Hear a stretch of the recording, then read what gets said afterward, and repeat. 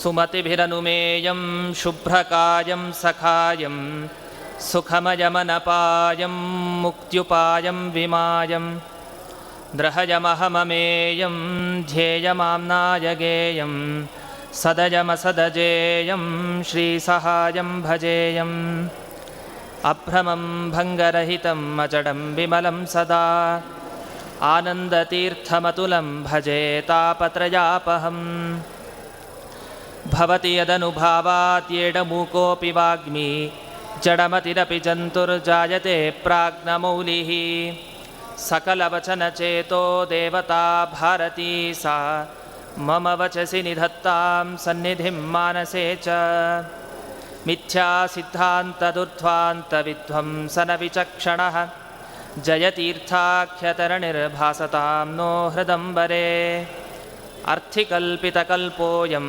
ಪ್ರತ್ಯರ್ಥಿಗಜಕೇಸರಿ ವ್ಯಾಸತೀರ್ಥಗುರುರ್ಭೂಯಾದಸ್ಮದಿಷ್ಟಾರ್ಥಸಿದ್ಧಯೇ ಪೂಜ್ಯಾಯ ರಾಘವೇಂದ್ರಾಯ ಸತ್ಯಧರ್ಮರತಾಯ ಚ ಭಜತಾಂ ಕಲ್ಪವೃಕ್ಷಾಯ ನಮತಾಂ ಕಾಮಧೇನವೇ ತಪಸ್ವಾಧ್ಯಾಯ ಶುಶ್ರೂಷಾ ಕೃಷ್ಣಪೂಜಾರತಂ ಮುನಿಂ ವಿಶ್ವೇಶಮಿಷ್ಟದಂ ವಂದೇ ಪರಿವ್ರಾಟ್ ಚಕ್ರವರ್ತಿನಂ ಶ್ರೀಗುರುಭ್ಯೋ ನಮಃ ಹರಿ ಓಂ. ಶ್ರೀ ರಾಘವೇಂದ್ರ ಸ್ವಾಮಿಗಳ ಉತ್ತರಾರಾಧನೆಯ ಸಂದರ್ಭ ಇವತ್ತು. ವಿಶೇಷವಾಗಿ ರಾಯರ ಆರಾಧನೆ ಅಂದರೆ ಅವತ್ತು ಈ 3 ದಿವಸ ಅಂತ ಅಲ್ಲ, ವರ್ಷದ ಪ್ರಾರಂಭದ ದಿವಸದಿಂದ ಕೊನೆಯವರೆಗೂ ಕೂಡ ಅವರ ನಿರಂತರ ಆರಾಧನೆ ನಮ್ಮ ಮನೆಗಳಲ್ಲಿ ನಡಿಲೇಬೇಕು. ಅಂತಹ ದೊಡ್ಡ ಪವಾಡ ಪುರುಷರು, ಹಾಗೆ ಅನುಗ್ರಹ ಶೀಘ್ರದಲ್ಲಿ ಮಾಡತಕ್ಕಂತಹವರು ಶ್ರೀ ರಾಘವೇಂದ್ರ ಗುರು ಸಾರ್ವಭೌಮರು. ಅವರ ಈ ಉತ್ತರಾಧನೆಯ ಸಂದರ್ಭದಲ್ಲಿ ಜ್ಞಾನ ಕಾರ್ಯ ನಡಿಬೇಕು ಅಂತ ಸೂಚಿಸಿದ ರೀತಿಯಲ್ಲಿ ಈಗ ಕೆಲವು ವಿಷಯಗಳನ್ನು ಶ್ರೀ ರಾಘವೇಂದ್ರ ಸ್ವಾಮಿಗಳ ಕುರಿತಾದ ವಿಷಯಗಳನ್ನು ನೋಡೋಣ.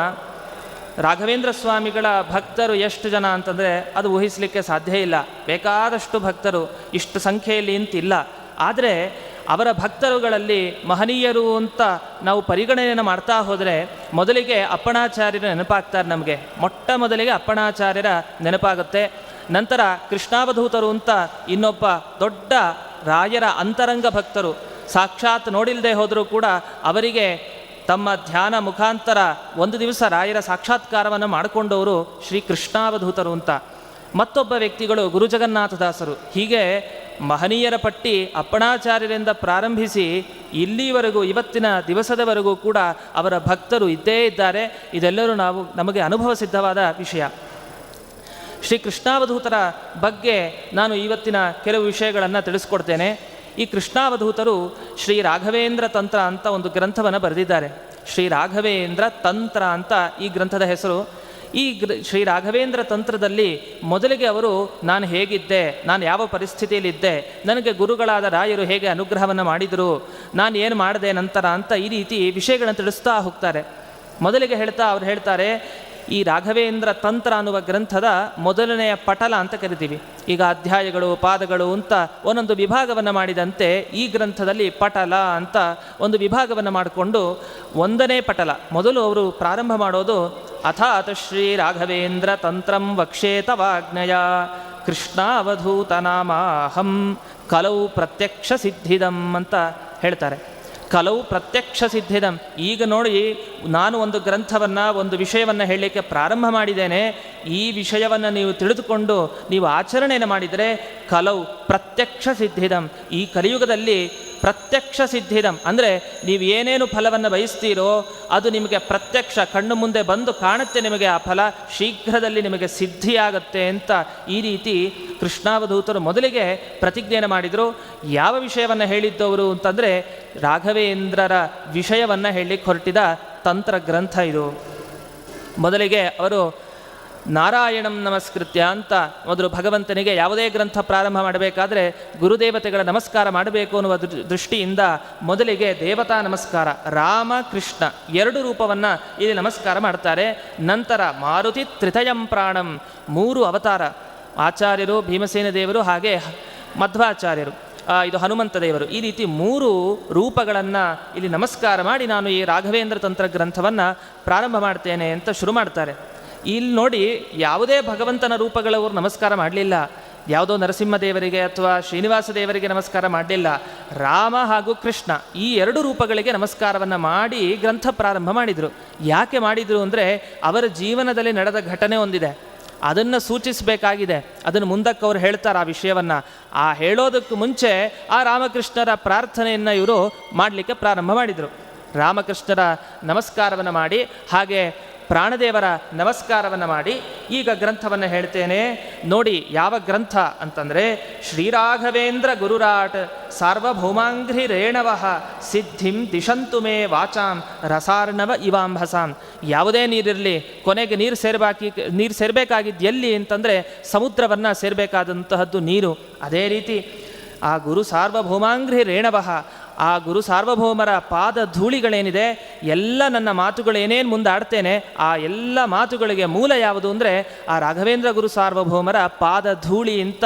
ಈ ರೀತಿ ಆ ಧೂಳಿಯಿಂದಾಗಿ ನಾನು ಎಲ್ಲ ಮಾತುಗಳನ್ನು ಮುಂದೆ ಆಡ್ತೇನೆ, ಅವರ ಧೂಳಿಯ ಅನುಗ್ರಹವೇ ನನಗೆ ಎಷ್ಟು ಬರೆಸುತ್ತೆ ಅಂತ ಕೃಷ್ಣಾವಧೂತರು ಮೊದಲಿಗೆ ಪ್ರತಿಜ್ಞೆಯನ್ನು ಮಾಡ್ತಾರೆ.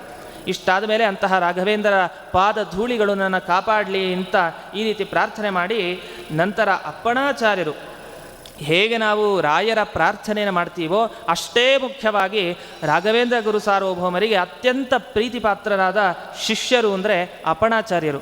ಆ ಅಪ್ಪಣಾಚಾರ್ಯರ ಪ್ರಾರ್ಥನೆಯು ಕೂಡ ಅಷ್ಟೇ ಮುಖ್ಯ. ಇದನ್ನು ಅವರು ಒತ್ತಿ ಪದೇ ಪದೇ ಈ ಗ್ರಂಥದಲ್ಲಿ, ರಾಘವೇಂದ್ರ ತಂತ್ರ ಗ್ರಂಥದಲ್ಲಿ ಹೇಳ್ತಾರೆ.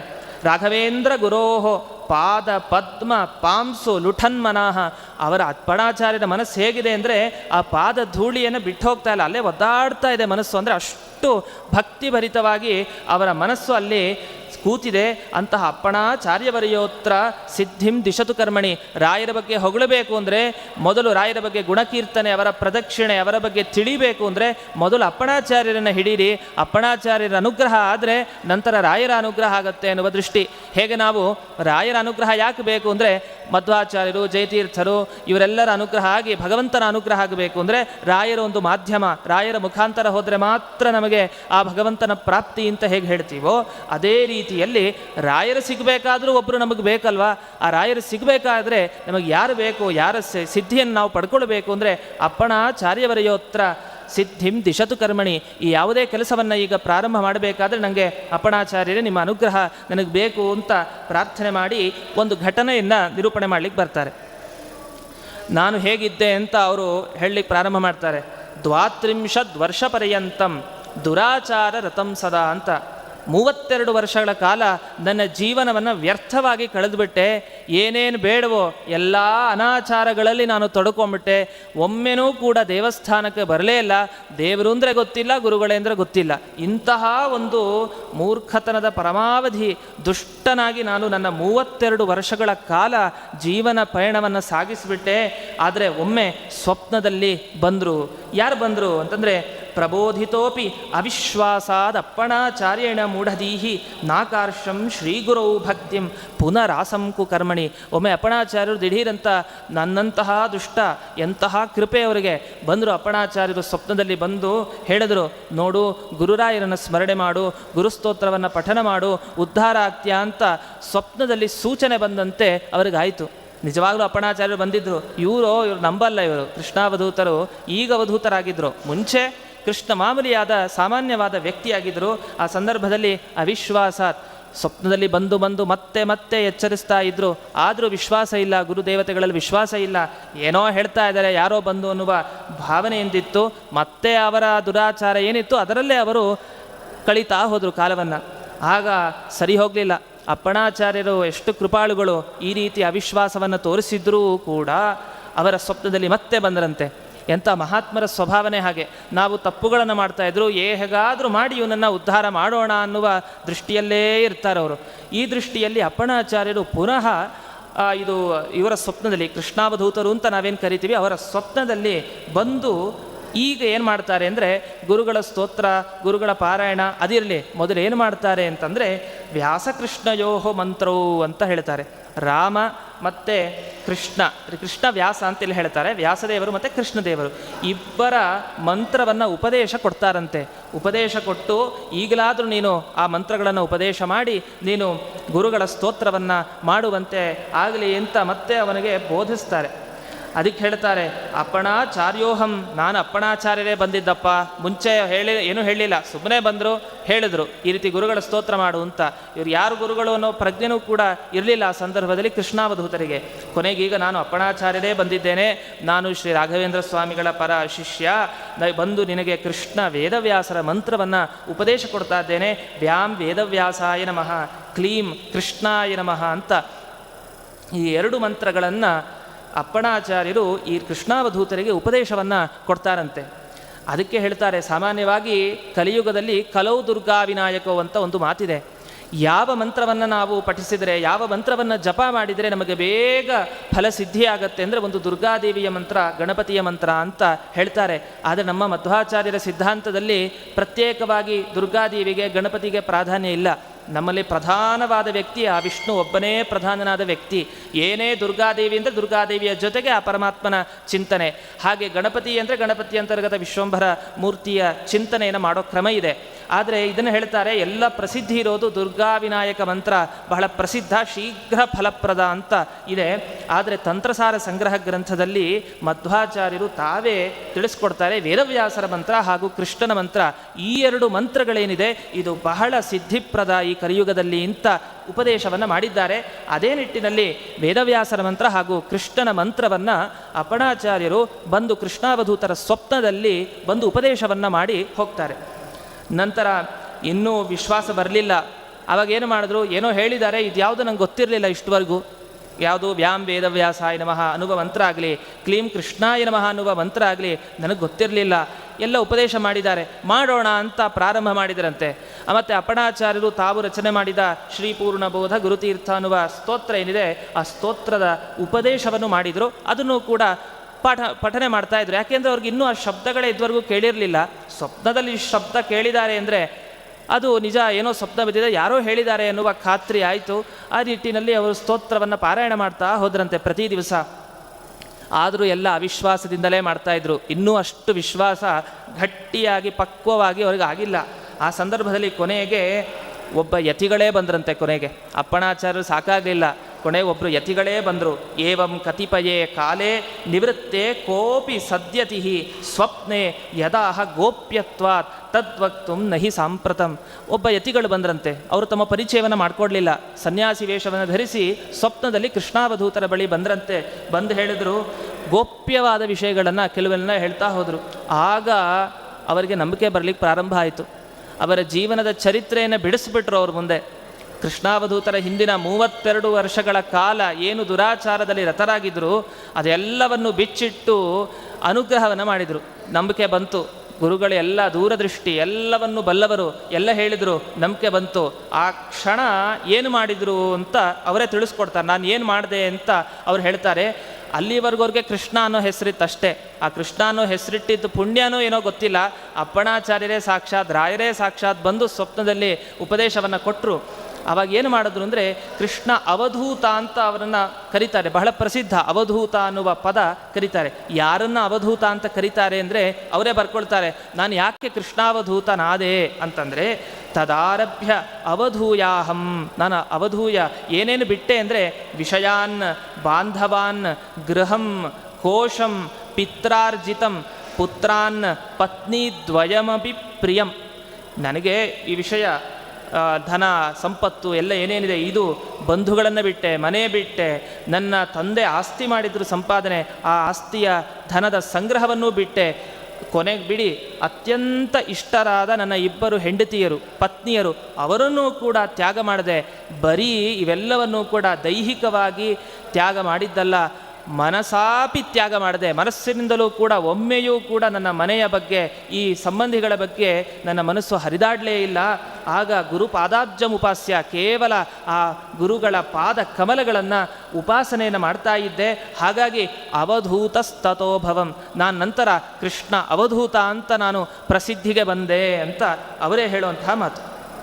ಕೊನೆಗೆ ಅವರು ಭಕ್ತಿ ಭರತರಾಗಿ ಮೊದಲನೇ ಮಾತು ಹೇಳೋದು, ಲೋಕೆ ಪಿತ್ರೋರ್ ಯಥಾ ಪುತ್ರೇ ತತೋಪಿ ಪ್ರೇಮತೋಧಿಕಾತ್ ಮಾಂ ರಕ್ಷತಿ ಗುರುಸ್ತಸ್ಮಾತ್ ಸ ಪಿತಾ ಅಹಂ ಚ ತತ್ಸುತಃ ಅಂತ. ರಾಘವೇಂದ್ರ ಸ್ವಾಮಿಗಳಿಗೂ ನನಗೂ ಅಂದರೆ ಕೃಷ್ಣ ಅವಧೂತರಿಗೂ ಏನು ಸಂಬಂಧ ಅಂದರೆ, ತಂದೆ ತಾಯಿಗೂ ಮಗನಿಗೂ ಯಾವ ಸಂಬಂಧ ಇರುತ್ತೆ ಅಂತಹ ಸಂಬಂಧ, ಅದಕ್ಕಿಂತಲೂ ಮಿಗಿಲಾದ ಸಂಬಂಧ ಅಂತ. ತಂದೆ ತಾಯಿಗಳಿಗೆ ತಮ್ಮ ಮಕ್ಕಳ ಮೇಲೆ ಪೋಷಣೆ ಮಾಡಲಿಕ್ಕೆ ಎಷ್ಟು ಪ್ರೇಮ ಇರುತ್ತೋ ಪೋಷಣೆ ಮಾಡೋ ವಿಷಯದಲ್ಲಿ, ಅದಕ್ಕಿಂತ ಹೆಚ್ಚು ಪ್ರೇಮ ನನ್ನ ಮೇಲೆ ತೋರಿಸಿದ್ದಾರೆ ಗುರುರಾಯರು. ನಾನೇನು ಬೇಡ್ಕೊಳ್ಳಿಲ್ಲ, ಪ್ರಾರ್ಥನೆ ಮಾಡಲಿಲ್ಲ, ಯೋಗ್ಯತೆ ಇತ್ತು, ತಾವಾಗೇ ಬಂದರು, ಸ್ವಪ್ನದಲ್ಲಿ ಕಾಣ್ಕೊಂಡ್ರು, ಅನುಗ್ರಹವನ್ನು ಮಾಡಿದರು. ಈ ರೀತಿ ಸಪಿತಾ, ನನ್ನ ತಂದೆ ಗುರುರಾಯರು, ನಾನವರ ಮಗ ಅಂತ ಈ ರೀತಿ ಹೇಳ್ತಾ, ನಂತರ ಗುರುರಾಜರ ಅನುಗ್ರಹ ಬಲದಿಂದಲೇ ದ್ವಿತೀಯ ಪತ್ನಿಯ ಜೊತೆಗೆ ನಂತರ ಅಲ್ಲಿ ಸಂತಾನ ಅವರಿಗೆ ಲಾಭ ಆಗುತ್ತೆ. ಕೊನೆಗೆ ಒಂದು ಮಾತನ್ನು ಹೇಳ್ತಾರೆ, ಪದೇ ಪದೇ ಸಮಾಗತ್ಯ ಸಾಕ್ಷಾತ್ ಸ್ವಪ್ನೇ ಬ್ರವೀತಿ ಯತ್ ಗೋಪ್ಯಂ ವಕ್ತುಂ ನ ತದ್ಯುಕ್ತಂ ಗುರುರಾಜ ಕೃಪಾನಿಧಿ. ಕೃಪಾ ಸಮುದ್ರ ಈ ಗುರುರಾಯರು. ಯಾಕೆಂದರೆ ಒಮ್ಮೆ ಸ್ವಪ್ನ ಬಂದು ಹೇಳಿದ್ದು ಮುಗಿದೋಯ್ತು ಅಂತ ಬಿಡಲಿಲ್ಲ. ನಾನು ಸರಿ ಮಾರ್ಗ ಕೊನೆಯವರೆಗೂ ನಡಿಬೇಕು, ಇನ್ನು ಮತ್ತೆ ದುರಾಚಾರದಲ್ಲಿ 32 ವರ್ಷಗಳ ಕಾಲ ವ್ಯರ್ಥ ಆಯಿತು, ಇನ್ನು ಮುಂದೆ ಒಂದು ಕ್ಷಣವೂ ವ್ಯರ್ಥ ಆಗಬಾರದು ಅನ್ನುವ ದೃಷ್ಟಿಯಲ್ಲಿ ಮತ್ತೆ ಮತ್ತೆ ಆಗಾಗ ಸ್ವಪ್ನದಲ್ಲಿ ಬಂದು ಎಚ್ಚರಿಸಿ ಹೋಗ್ತಾ ಇದ್ರು. ಗೋಪ್ಯವಾದ ವಿಷಯಗಳನ್ನು ಹೇಳಿದರು, ಆದರೆ ಎಲ್ಲ ವಿಷಯಗಳನ್ನು ಹೇಳಲಿಕ್ಕೆ ಸಾಧ್ಯ ಇಲ್ಲ ಅಂತ ಹೇಳಿ ಒಂದಿಷ್ಟು ಸುಮಾರು ಶ್ಲೋಕಗಳನ್ನು ಬರೆದಿದ್ದಾರೆ. ಒಂದು 500-600 ಶ್ಲೋಕ ಇದೆ. ಇದು ತುಂಬ ದೊಡ್ಡ ಗ್ರಂಥ. ಇಷ್ಟು ಬರೆದಿದ್ದಾರೆ. ಗೋಪ್ಯವಾದ ವಿಷಯಗಳನ್ನೆಷ್ಟಿತ್ತೋ ನಮಗೆ ಗೊತ್ತಿಲ್ಲ, ಆದರೆ ಈ ರಾಘವೇಂದ್ರ ತಂತ್ರದ ಅಪರೂಪದ ವಿಷಯಗಳನ್ನು ತಿಳಿಸಿದಾರಲ್ಲ, ಇದೇ ನಮಗೆ ಗೋಪ್ಯವಾದ ವಿಷಯಗಳು. ಈ ವಿಷಯಗಳನ್ನು ತಿಳಿದರೆ ರಾಯರ ಆರಾಧನೆ ಹೇಗೆ ಮಾಡಬಹುದು, ಅವರ ಸ್ಮರಣೆ ಹೇಗೆ ಮಾಡಬೇಕು ಅನ್ನುವ ವಿಷಯಗಳನ್ನು ಚೆನ್ನಾಗಿ ತಿಳಿಸಿದ್ದಾರೆ. ಈ ರೀತಿ ಹೇಳ್ತಾ ಅವರು ಚೋದಿತಸ್ತೇನ ವಕ್ಷ್ಯಾಮಿ ಭಕ್ತಾನುಗ್ರಹ ಕಾಂಕ್ಷಿಣ ಶ್ರೀರಾಘವೇಂದ್ರ ತಂತ್ರಾಖ್ಯಂ ಗ್ರಂಥಂ ಪ್ರತ್ಯಕ್ಷ ಸಿದ್ಧಿದಂ. ಈ ರೀತಿ ಆ ಸ್ವಪ್ನದಲ್ಲಿ ಸಾಕ್ಷಾತ್ ಅಪ್ಪಣಾಚಾರ್ಯರು ಬಂದು ಉಪದೇಶ ಮಾಡಿದ ಸಾಕ್ಷಾತ್ ರಾಯರೇ ಪದೇ ಪದೇ ಸ್ವಪ್ನದಲ್ಲಿ ಬಂದು ನನಗೆ ಅನುಗ್ರಹ ಮಾಡಿದ ರಾಘವೇಂದ್ರ ತಂತ್ರ ಅನ್ನುವ ಗ್ರಂಥವನ್ನು ನಿಮ್ಮ ಮುಂದೆ ಪ್ರತ್ಯಕ್ಷ ಫಲವನ್ನು ಬೇಗ ಕೊಡುವ ಗ್ರಂಥವನ್ನು ನಿಮಗೆ ಹೇಳ್ತೇನೆ ಅಂತ ಹೇಳಿ, ಈ ರಾಘವೇಂದ್ರ ತಂತ್ರದ ಸ್ತೋತ್ರವನ್ನು ನೀವು ಪಾರಾಯಣ ಮಾಡಿದರೆ, ಇದನ್ನು ಅನುಷ್ಠಾನ ಮಾಡಿದರೆ, ಕೇಳಿದರೆ ಅದಕ್ಕೂ ಒಂದೊಂದೊಂದೊಂದೊಂದು ಫಲವನ್ನು ಹೇಳ್ತಾ ಹೋಗ್ತಾರೆ. ನಮ್ಮ ಶಾಸ್ತ್ರಕಾರರು ಮೊದಲು ಫಲ ಹೇಳ್ತಾರೆ, ಯಾಕೆಂದರೆ ಅಭಿರುಚಿ ಹುಟ್ಟಬೇಕು. ಫಲವನ್ನೇ ಹೇಳದೇ ಇದ್ದರೆ ಯಾರು ಶ್ರೋತೃಗಳು ಕೇಳಿದವರು ಪ್ರವೃತ್ತಿ ಮಾಡೋಲ್ಲ. ಏನಿದ್ರಿಂದ ಲಾಭ ಅನ್ನುವ ಪ್ರಶ್ನೆ ಮೊದಲಿಗೆ ನಮ್ಮೆಲ್ಲರಿಗೂ ಬರುವಂತಹ ಪ್ರಶ್ನೆ. ಅದಕ್ಕೆ ಒಂದೊಂದೇ ಅವರು ಲಾಭವನ್ನು ಹೇಳ್ತಾ ಅಪರೂಪದ ವಿಷಯಗಳನ್ನು ತಿಳಿಸ್ತಾ ಹೋಗ್ತಾರೆ. ಇತ್ಯಾದಿ ಗುರುವಾಕ್ಯೇನ ಧನದಂ ಪಠನಾದಿದಂ ಗಂಗಾದಿ ಸರ್ವತೀರ್ಥಾನಾಂ ಲಭತೆ ಸ್ನಾನಜಂ ಫಲಂ ಅಂತ ಪ್ರಸಿದ್ಧವಾದ ಅರ್ಥ ಸುಲಭ ಗುರುವಾಕ್ಯ ಏನೇನು ಹೇಳಿದ್ದಾರೆ ಆ ವಾಕ್ಯಗಳನ್ನೇ ನಾನು ಗ್ರಂಥ ರೀತಿಯ ಬರೆದಿರೋದಷ್ಟೇ ಹೊರತು ಸ್ವಯಂ ನಾನು ಯೋಚನೆ ಮಾಡಿ ಗ್ರಂಥವನ್ನು ಬರೆದಿದ್ದಲ್ಲ ಅಂತ ನಿರೂಪಣೆ ಮಾಡಿ ಒಂದು ಹೇಳ್ತಾರೆ. ವೇದಾಂತ ಭಾರತಾದೀನಾಂ ವೇದಾನಾಮಪಿ ಸಂಗತಃ ಪಠನೆ ಯತ್ ಫಲಂ ತಚ್ಚ ಸಕೃತ್ ಪಠನತೋ ಭವೇತ್. ಒಮ್ಮೆ ಈ ರಾಘವೇಂದ್ರ ತಂತ್ರವನ್ನು ಓದಿ ಭಕ್ತಿ ಶ್ರದ್ಧೆಯಿಂದ ವೇದಾಂತ ಭಾರತ ವೇದಗಳು ಇದನ್ನೆಲ್ಲ ಭಕ್ತಿ ಶ್ರದ್ಧೆಯಿಂದ ಮಾಡಿ ಏನು ಪಡೀಬೇಕೋ ಅದು ಇದನ್ನು ಭಕ್ತಿ ಶ್ರದ್ಧೆಯಿಂದ ಮಾಡಿದರೆ ಸಿಗತ್ತೆ ನಿಮಗೆ ಅಂತ ಈ ರೀತಿ ನಿರೂಪಣೆ ಮಾಡಿ ಸರ್ವ ಮಂಗಲ ಮಾಂಗಲ್ಯಂ ಸರ್ವ ತಾಪ ಪ್ರಣಾಶನಂ ಸರ್ವ ರೋಗ ಪ್ರಶಮನಂ, ಎಲ್ಲ ರೋಗಗಳ ಶಾಂತಿ ಆಗುತ್ತೆ, ಆಯುರ್ವರ್ಧನಂ ಉತ್ತಮಂ, ಇದು ಆಯುಷ್ಯಪ್ರದ, ಇದು ರಾಘವೇಂದ್ರ ತಂತ್ರ ಗ್ರಂಥ ಅಂತ ನಿರೂಪಣೆ ಮಾಡಿಕೊಳ್ತಾ ಮುಂದಕ್ಕೆ ಅಥ ಮಂತ್ರವಿಧಿಂ ಭಕ್ಷೆ ಅಂತ ಮುಂದೆ ನಿರೂಪಣೆ ಮಾಡೋದಿದೆ. ಅದರ ಮೊದಲು ಕೇಳಿದವರಿಗೆ ಏನು ಫಲ ಅಂತ ಕೆಲವು ಶ್ಲೋಕಗಳಿದೆ, ಅದನ್ನು ಹೇಳಿ ಮುಂದಕ್ಕೆ ಹೋಗ್ತೇನೆ. ಯಂತ್ರ ತಂತ್ರ ಪ್ರಶಮನಂ, ಈ ಗ್ರಂಥಕ್ಕೆ ರಾಘವೇಂದ್ರ ತಂತ್ರ ಅಂತ ಯಾಕೆ ಹೆಸರಿಟ್ಟರು ಅಂದರೆ, ಈ ಯಂತ್ರಗಳು ನಮಗೆ ಕೆಲವು ವಾಮಾಚಾರಗಳ ಬಾಧೆ ಕೆಲವರಿಗಿರುತ್ತೆ ಅಂತ ಅನೇಕ ಶಾಸ್ತ್ರಕಾರ ನಿರೂಪಣೆ ಮಾಡೋದಿದೆ. ವಾಮಾಚಾರದ ಬಲ ಕೆಲವು ಸಲ ಅನೇಕ ಅನಿಷ್ಟಗಳು ನಮಗೆ ಆಗ್ತಾ ಇರುತ್ತೆ, ಅದು ಯಂತ್ರಗಳು. ಆ ಯಂತ್ರಗಳಿಂದಾಗಿ ಅಥವಾ ತಂತ್ರಗಳಿಂದ ಅಂತ ನಾವು ಅಲ್ಲಿ ಶಬ್ದವನ್ನು ಪ್ರಯೋಗ ಮಾಡೋದು. ಅಂತಹ ಇದ್ರ ವಾಮಾಚಾರದ ಬಾಧೆ ನಿಮಗೆ ಹೋಗಬೇಕು ಅಂದರೆ ಈ ರಾಘವೇಂದ್ರ ತಂತ್ರದ ಆಶ್ರಯಣವನ್ನು ಮಾಡಿ. ಇಲ್ಲಿ ರಾಘವೇಂದ್ರ ತಂತ್ರವನ್ನೂ ಹೇಳಿದ್ದಾರೆ, ರಾಘವೇಂದ್ರ ಯಂತ್ರವನ್ನೂ ಕೂಡ ಹೇಳಿದ್ದಾರೆ. ರಾಘವೇಂದ್ರ ಯಂತ್ರ, ಆ ಯಂತ್ರ ಹೇಗೆ ರಚನೆ ಮಾಡಬೇಕು, ಯಂತ್ರಗಳನ್ನು ನಾವು ಕಟ್ಕೊಳ್ತೀವಿ, ಕೈಗೆ ಕುತ್ತಿಗೆಗೆ ಎಲ್ಲ ಕಟ್ಕೊಳ್ತೀವಿ. ಆದರೆ ರಾಘವೇಂದ್ರ ಯಂತ್ರವನ್ನು ಹೇಗೆ ಮಾಡಿಕೊಳ್ಬೇಕು, ಗುರುಗಳ ಬಳಿ ಹೇಗೆ ಅದನ್ನು ಸರಿಯಾಗಿ ಇದು ವಿಚಾರ ಮಾಡಿಕೊಂಡು ಹೇಗೆ ಅದನ್ನು ನಿರ್ಮಾಣ ಮಾಡಿ ಯಂತ್ರವನ್ನು ಧರಿಸಬೇಕು ಅನ್ನುವ ಒಂದು ಅಪರೂಪದ ಅಂಶವನ್ನು ರಾಘವೇಂದ್ರ ತಂತ್ರ ಅನ್ನುವ ಈ ಗ್ರಂಥದಲ್ಲಿ ರಾಘವೇಂದ್ರ ತಂತ್ರದ ಬಗ್ಗೆ ಹಾಗೂ ಯಂತ್ರದ ಬಗ್ಗೆ ನಿರೂಪಣೆ ಮಾಡಿದ್ದಿದೆ.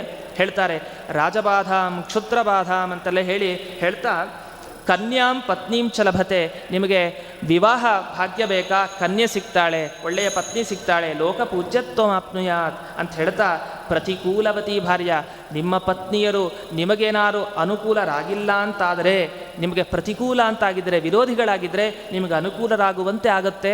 ಆ ರೀತಿ ಬುದ್ಧಿ ಪ್ರಚೋದನೆ ಆಗುತ್ತೆ. ಬುದ್ಧಿ ಪ್ರಚೋದನೆ ಬಹಳ ಮುಖ್ಯ. ನಮ್ಮ ಮನಸ್ಸು ಸರಿ ಇಲ್ಲದೆ ಇದ್ದರೆ ಎಷ್ಟು ಮಾಡಿದ್ರೂ ಉಪಯೋಗ ಇಲ್ಲ. ಮನಸ್ಸನ್ನು ಒಂದನ್ನು ಸರಿ ಮಾಡಿದರೆ ಎಲ್ಲ ಬದಲಾಗ್ತಾ ಹೋಗುತ್ತೆ.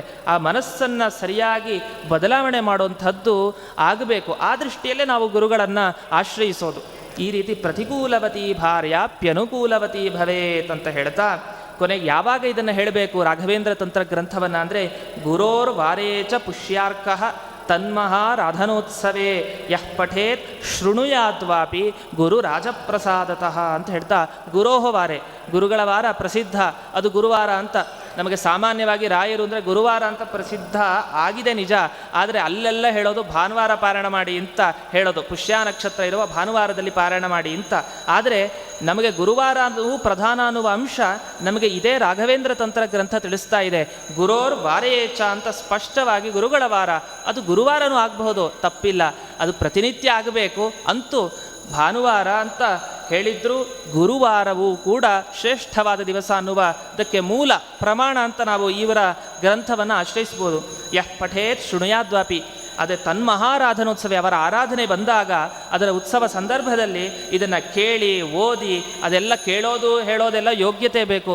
ಅದು ಏನೋ ಗುರುರಾಜರು ಪ್ರೇರಣೆ ಮಾಡಿದ್ದೀವಿ, ನಾವಿವತ್ತು ಬಂದಿದ್ದೀವಿ, ಜ್ಞಾನ ಕಾರ್ಯದಲ್ಲಿ ನಾನು ಹೇಳ್ತಾ ಇದ್ದೀನಿ, ನೀವು ಕೇಳ್ತಾ ಇದ್ದೀರಿ, ಹೀಗೆ ಪ್ರತಿಯೊಬ್ಬರೂ ಕೂಡ ಭಾಗವಹಿಸ್ತಾ ಇದ್ದಾರೆ. ಎಲ್ಲವೂ ಗುರುರಾಜರ ಪ್ರಸಾದ ನಮ್ಮನ್ನು ಇಲ್ಲಿವರೆಗೂ ಕರೆದುಕೊಂಡು ಬಂದಿದೆ ಅಂತ ಇದನ್ನು ಅವರೇ ಹೇಳ್ತಾ ಇರೋ ದೊಡ್ಡ ದೊಡ್ಡ ಮಾತುಗಳು. ಕೃಷ್ಣಾವಧೂತರೇ ಹೇಳ್ತಾ ಇರೋದು. ಕೊನೆಗೆ ಹೇಳ್ತಾರೆ, ನಾರಿ, ಇದೆಲ್ಲ ಪುರುಷರಿಗೆ ಒಂದೊಂದು ಫಲವನ್ನು ಹೇಳ್ತಾರೆ ಶಾಸ್ತ್ರಕಾರರು. ಗಂಡಸರಿಗೆ ಇಂತಹ ಫಲ ಸಿಗುತ್ತೆ, ಹಾಗೆ ಹೇಗೆ ಅಂತ. ನಾರಿ, ಸ್ತ್ರೀಯರಿಗೆ ಏನು ಫಲ ಅಂದರೆ, ನಾರಿ ಶ್ರುತ್ವಾತು ಸೌಭಾಗ್ಯಂ ಸೌಶೀಲ್ಯಂ ಪತಿವಶ್ಯತಾಂ ಚಿರ ಮಾಂಗಲ್ಯಮಾಪ್ನೋತಿ ನ ಸಪತ್ನಿ ಕದಾಚನ. ಎಂದಿಗೂ ಕೂಡ ಇನ್ನೊಂದು ಗಂಡಿಗೆ ಸಂಪರ್ಕ ಆಗುವಂತಹ ಪತ್ನಿ ಇನ್ಯಾರು ಕೂಡ ಇನ್ನೊಬ್ಬಳು ಎರಡನೇವಳು ಬರೋದಿಲ್ಲ. ಚಿರ ಮಾಂಗಲ್ಯಮಾಪ್ನೋತಿ, ಆ ಮಾಂಗಲ್ಯ ಚಿರವಾಗಿ ಬಹಳ ಕಾಲದವರೆಗೆ ಇರುತ್ತೆ. ಪತಿವಶ್ಯತಾಂ, ಹಾಗೆ ಸೌಶೀಲ್ಯಂ ಸೌಭಾಗ್ಯಂ ಎಲ್ಲವೂ ಕೂಡ ಸಿಗತ್ತೆ ಅಂತ ಹೇಳ್ತಾ ಒಂದು ಮಾತನ್ನು ಹೇಳ್ತಾರೆ. ರಾಘವೇಂದ್ರ ತಂತ್ರಗ್ರಂಥವನ್ನು ಪಾರಾಯಣ ಮಾಡಬೇಕಾದ್ರೆ ಒಂದು ಎಚ್ಚರ ಇರಲಿ. ಏನು ಎಚ್ಚರ ಅಂತಂದರೆ, ಅಪ್ಪಣಾಚಾರ್ಯ ಕೃತಂ ಸ್ತೋತ್ರಂ ಪಠಿತ್ವಾ ಆದೌ ತತಸ್ತ್ವಿದಂ ಪಠೇತ್ ಯದಿ ಫಲಂ ದದ್ಯಾತ್ ಸದ್ಯದೇವ ಕರುವಿಗೆ. ಒಂದು ವೇಳೆ ರಾಘವೇಂದ್ರ ತಂತ್ರಗ್ರಂಥ ಇಷ್ಟು ಚೆನ್ನಾಗಿದೆ, ಇಷ್ಟೆಲ್ಲ ವಿವರಣೆ ಬರೆದಿದ್ದಾರೆ ಅಂತ ಬರೀ ಇಷ್ಟನ್ನೇ ಹೇಳಿ, ಇದರ ಮೊದಲು ರಾಘವೇಂದ್ರ ಸ್ತೋತ್ರ, ಅಪ್ಪಣಾಚಾರ್ಯರ ಸ್ತೋತ್ರ ಮೊದಲು ಕೊನೆಗೆ ನೀವು ಹೇಳ್ದೇನೆ ಬರೀ ರಾಘವೇಂದ್ರ ತಂತ್ರಗ್ರಂಥವನ್ನು ಅನುಸಂಧಾನ ಮಾಡಿದರೆ ಏನೂ ಫಲ ಸಿಗೋಲ್ಲ.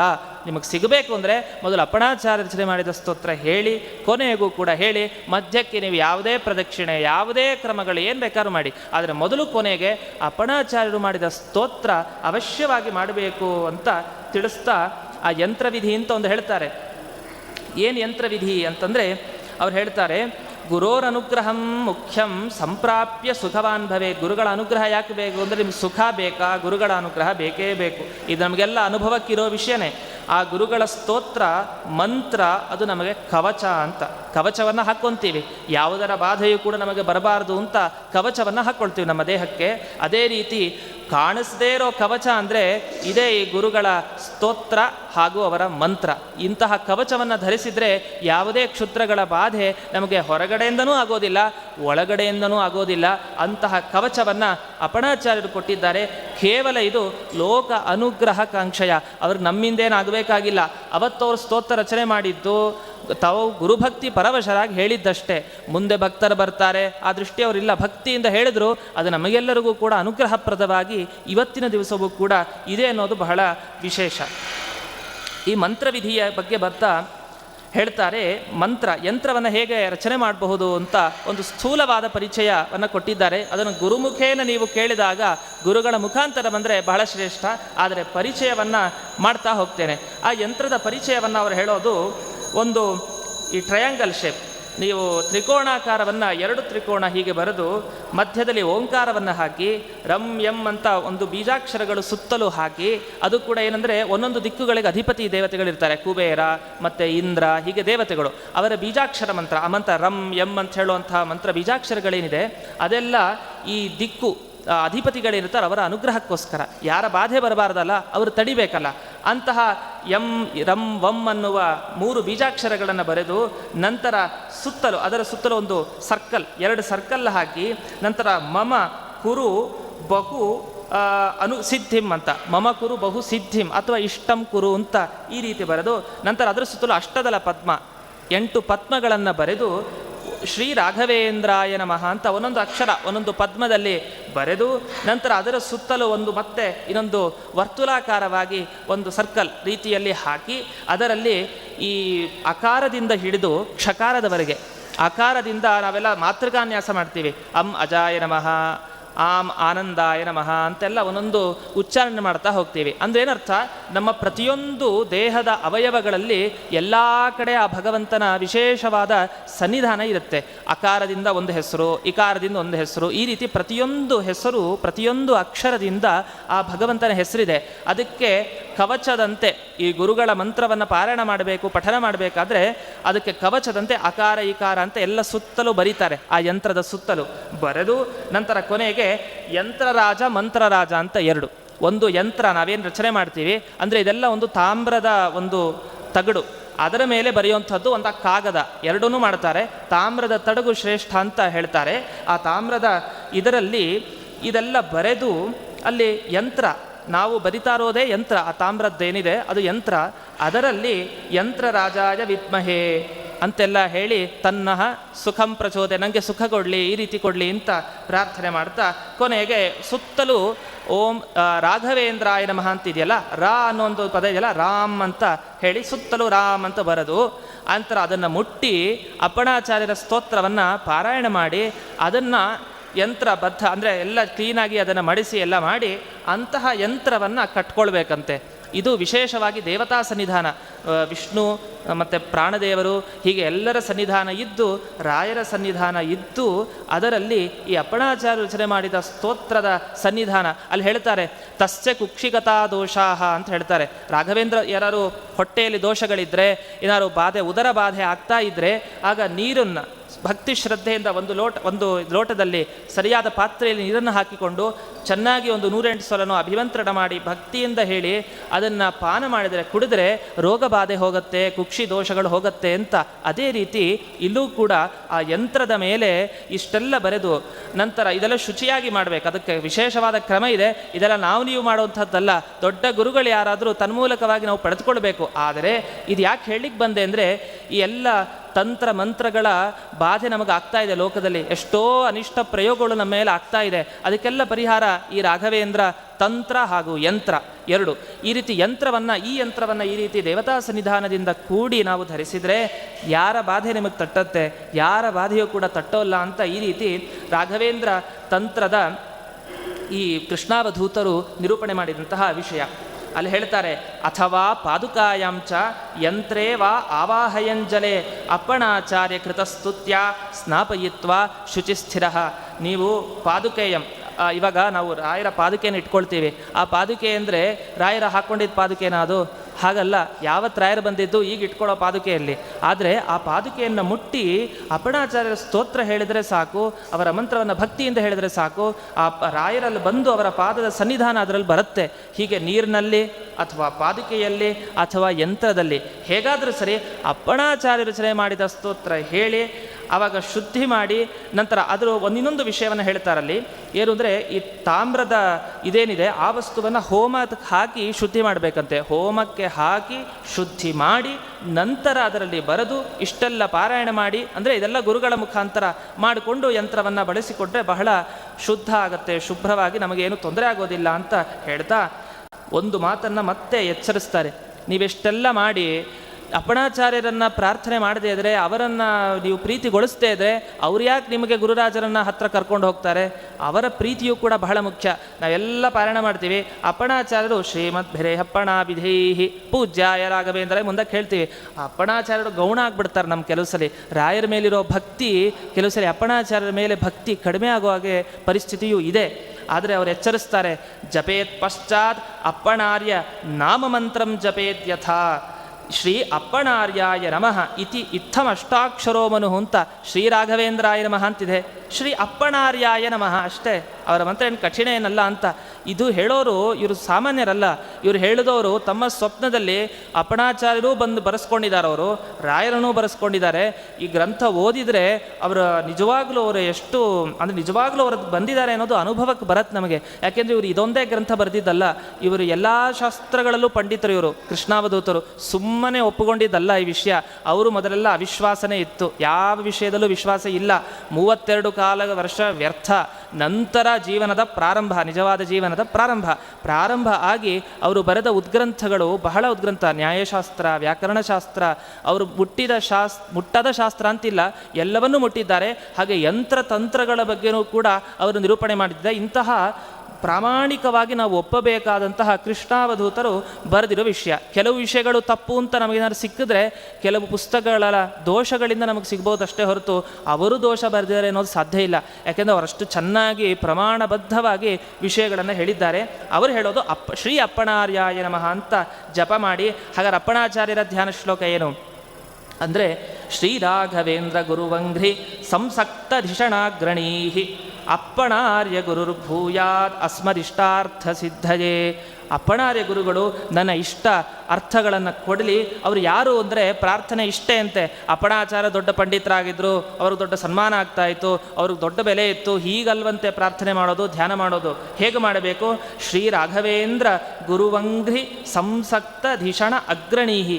ರಾಯರ ಪಾದ ಕಮಲಗಳಲ್ಲಿ ಭಜಿಸಿದ ಭಕ್ತರಲ್ಲಿ ಪ್ರಪ್ರಥಮ ಅಂದರೆ ಅದು ಅಪ್ಪಣಾಚಾರ್ಯರು ನನಗೆ ಇಷ್ಟಪ್ರದರಾಗಲಿ ಅಂತ.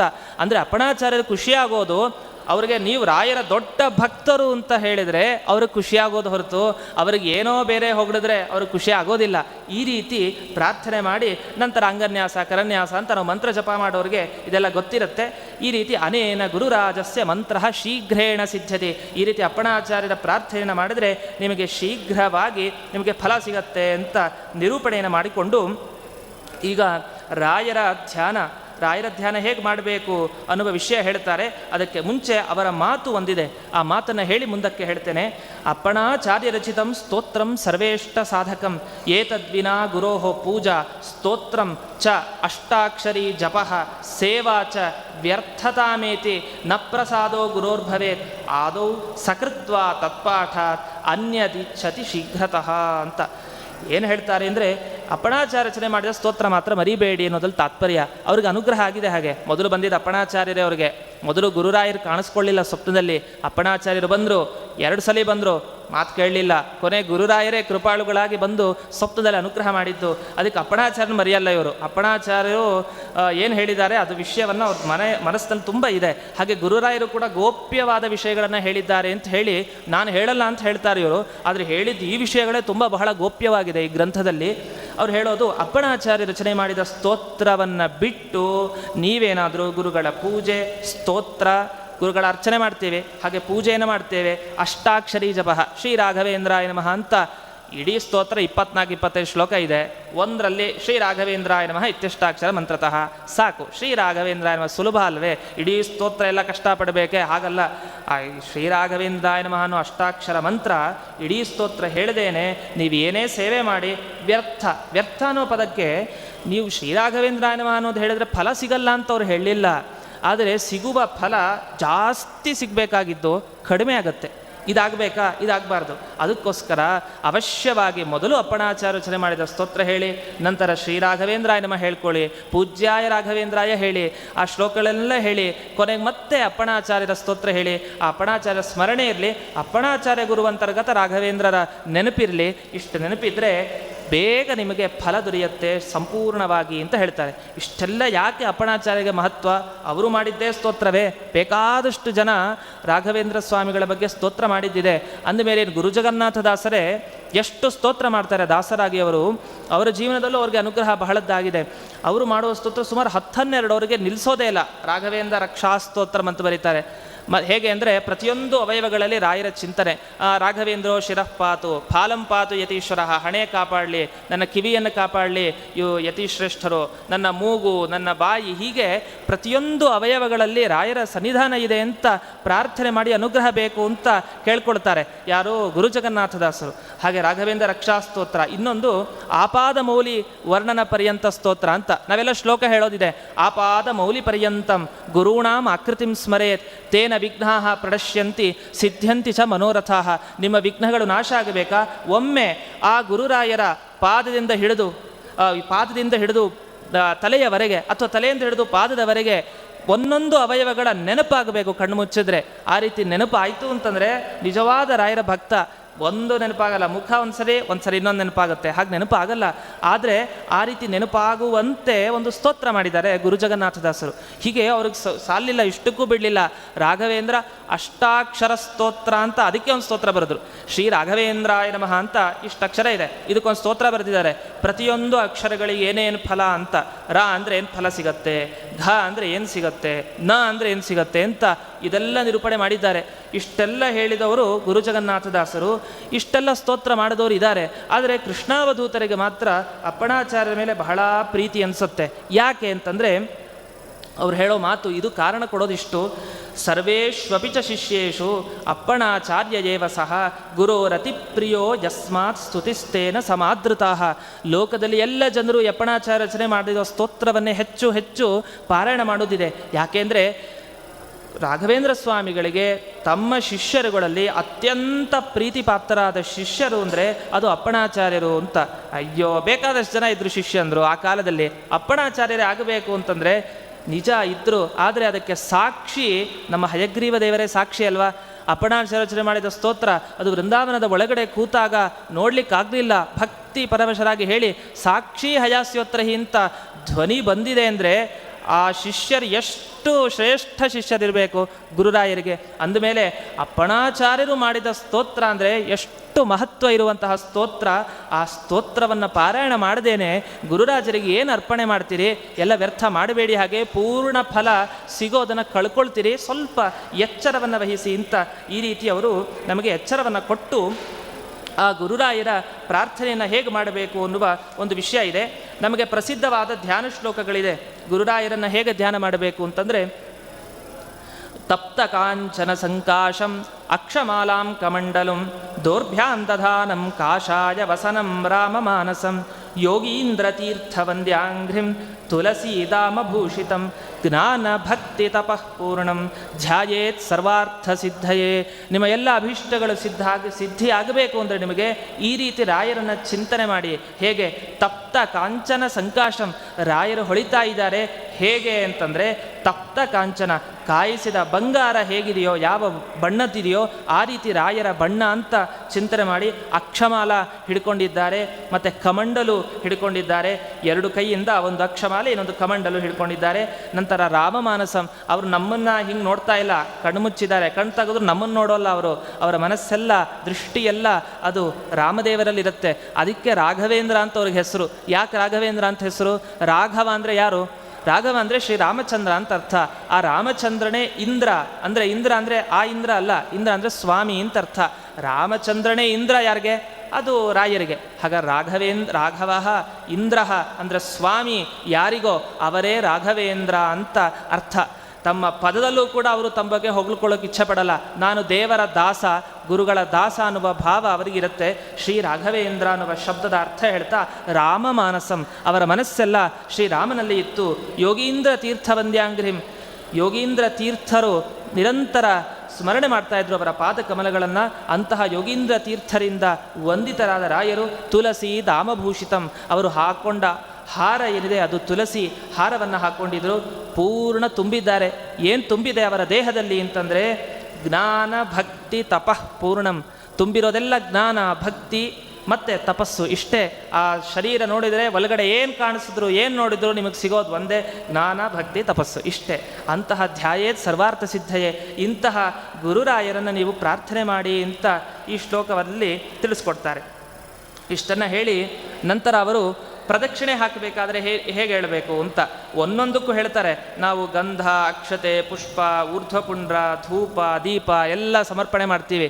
ಎಲ್ಲ ಸಮರ್ಪಣೆ ಮಾಡಬೇಕಾದ್ರೆ ಹೇಳಬೇಕಾದ ಶ್ಲೋಕ ಯಾವುದು ಅನ್ನೋದಕ್ಕೂ ಒಂದು ಪಟಲ, ಒಂದು ಪಾದವನ್ನೇ ಬರೀತಾರೆ ಶ್ರೀಕೃಷ್ಣಾವಧೂತರು. ಉದಾಹರಣೆಗೆ ನೀವು ಅಕ್ಷತೆ ಅಂತ ಅಂದ್ಕೊಳ್ಳಿ.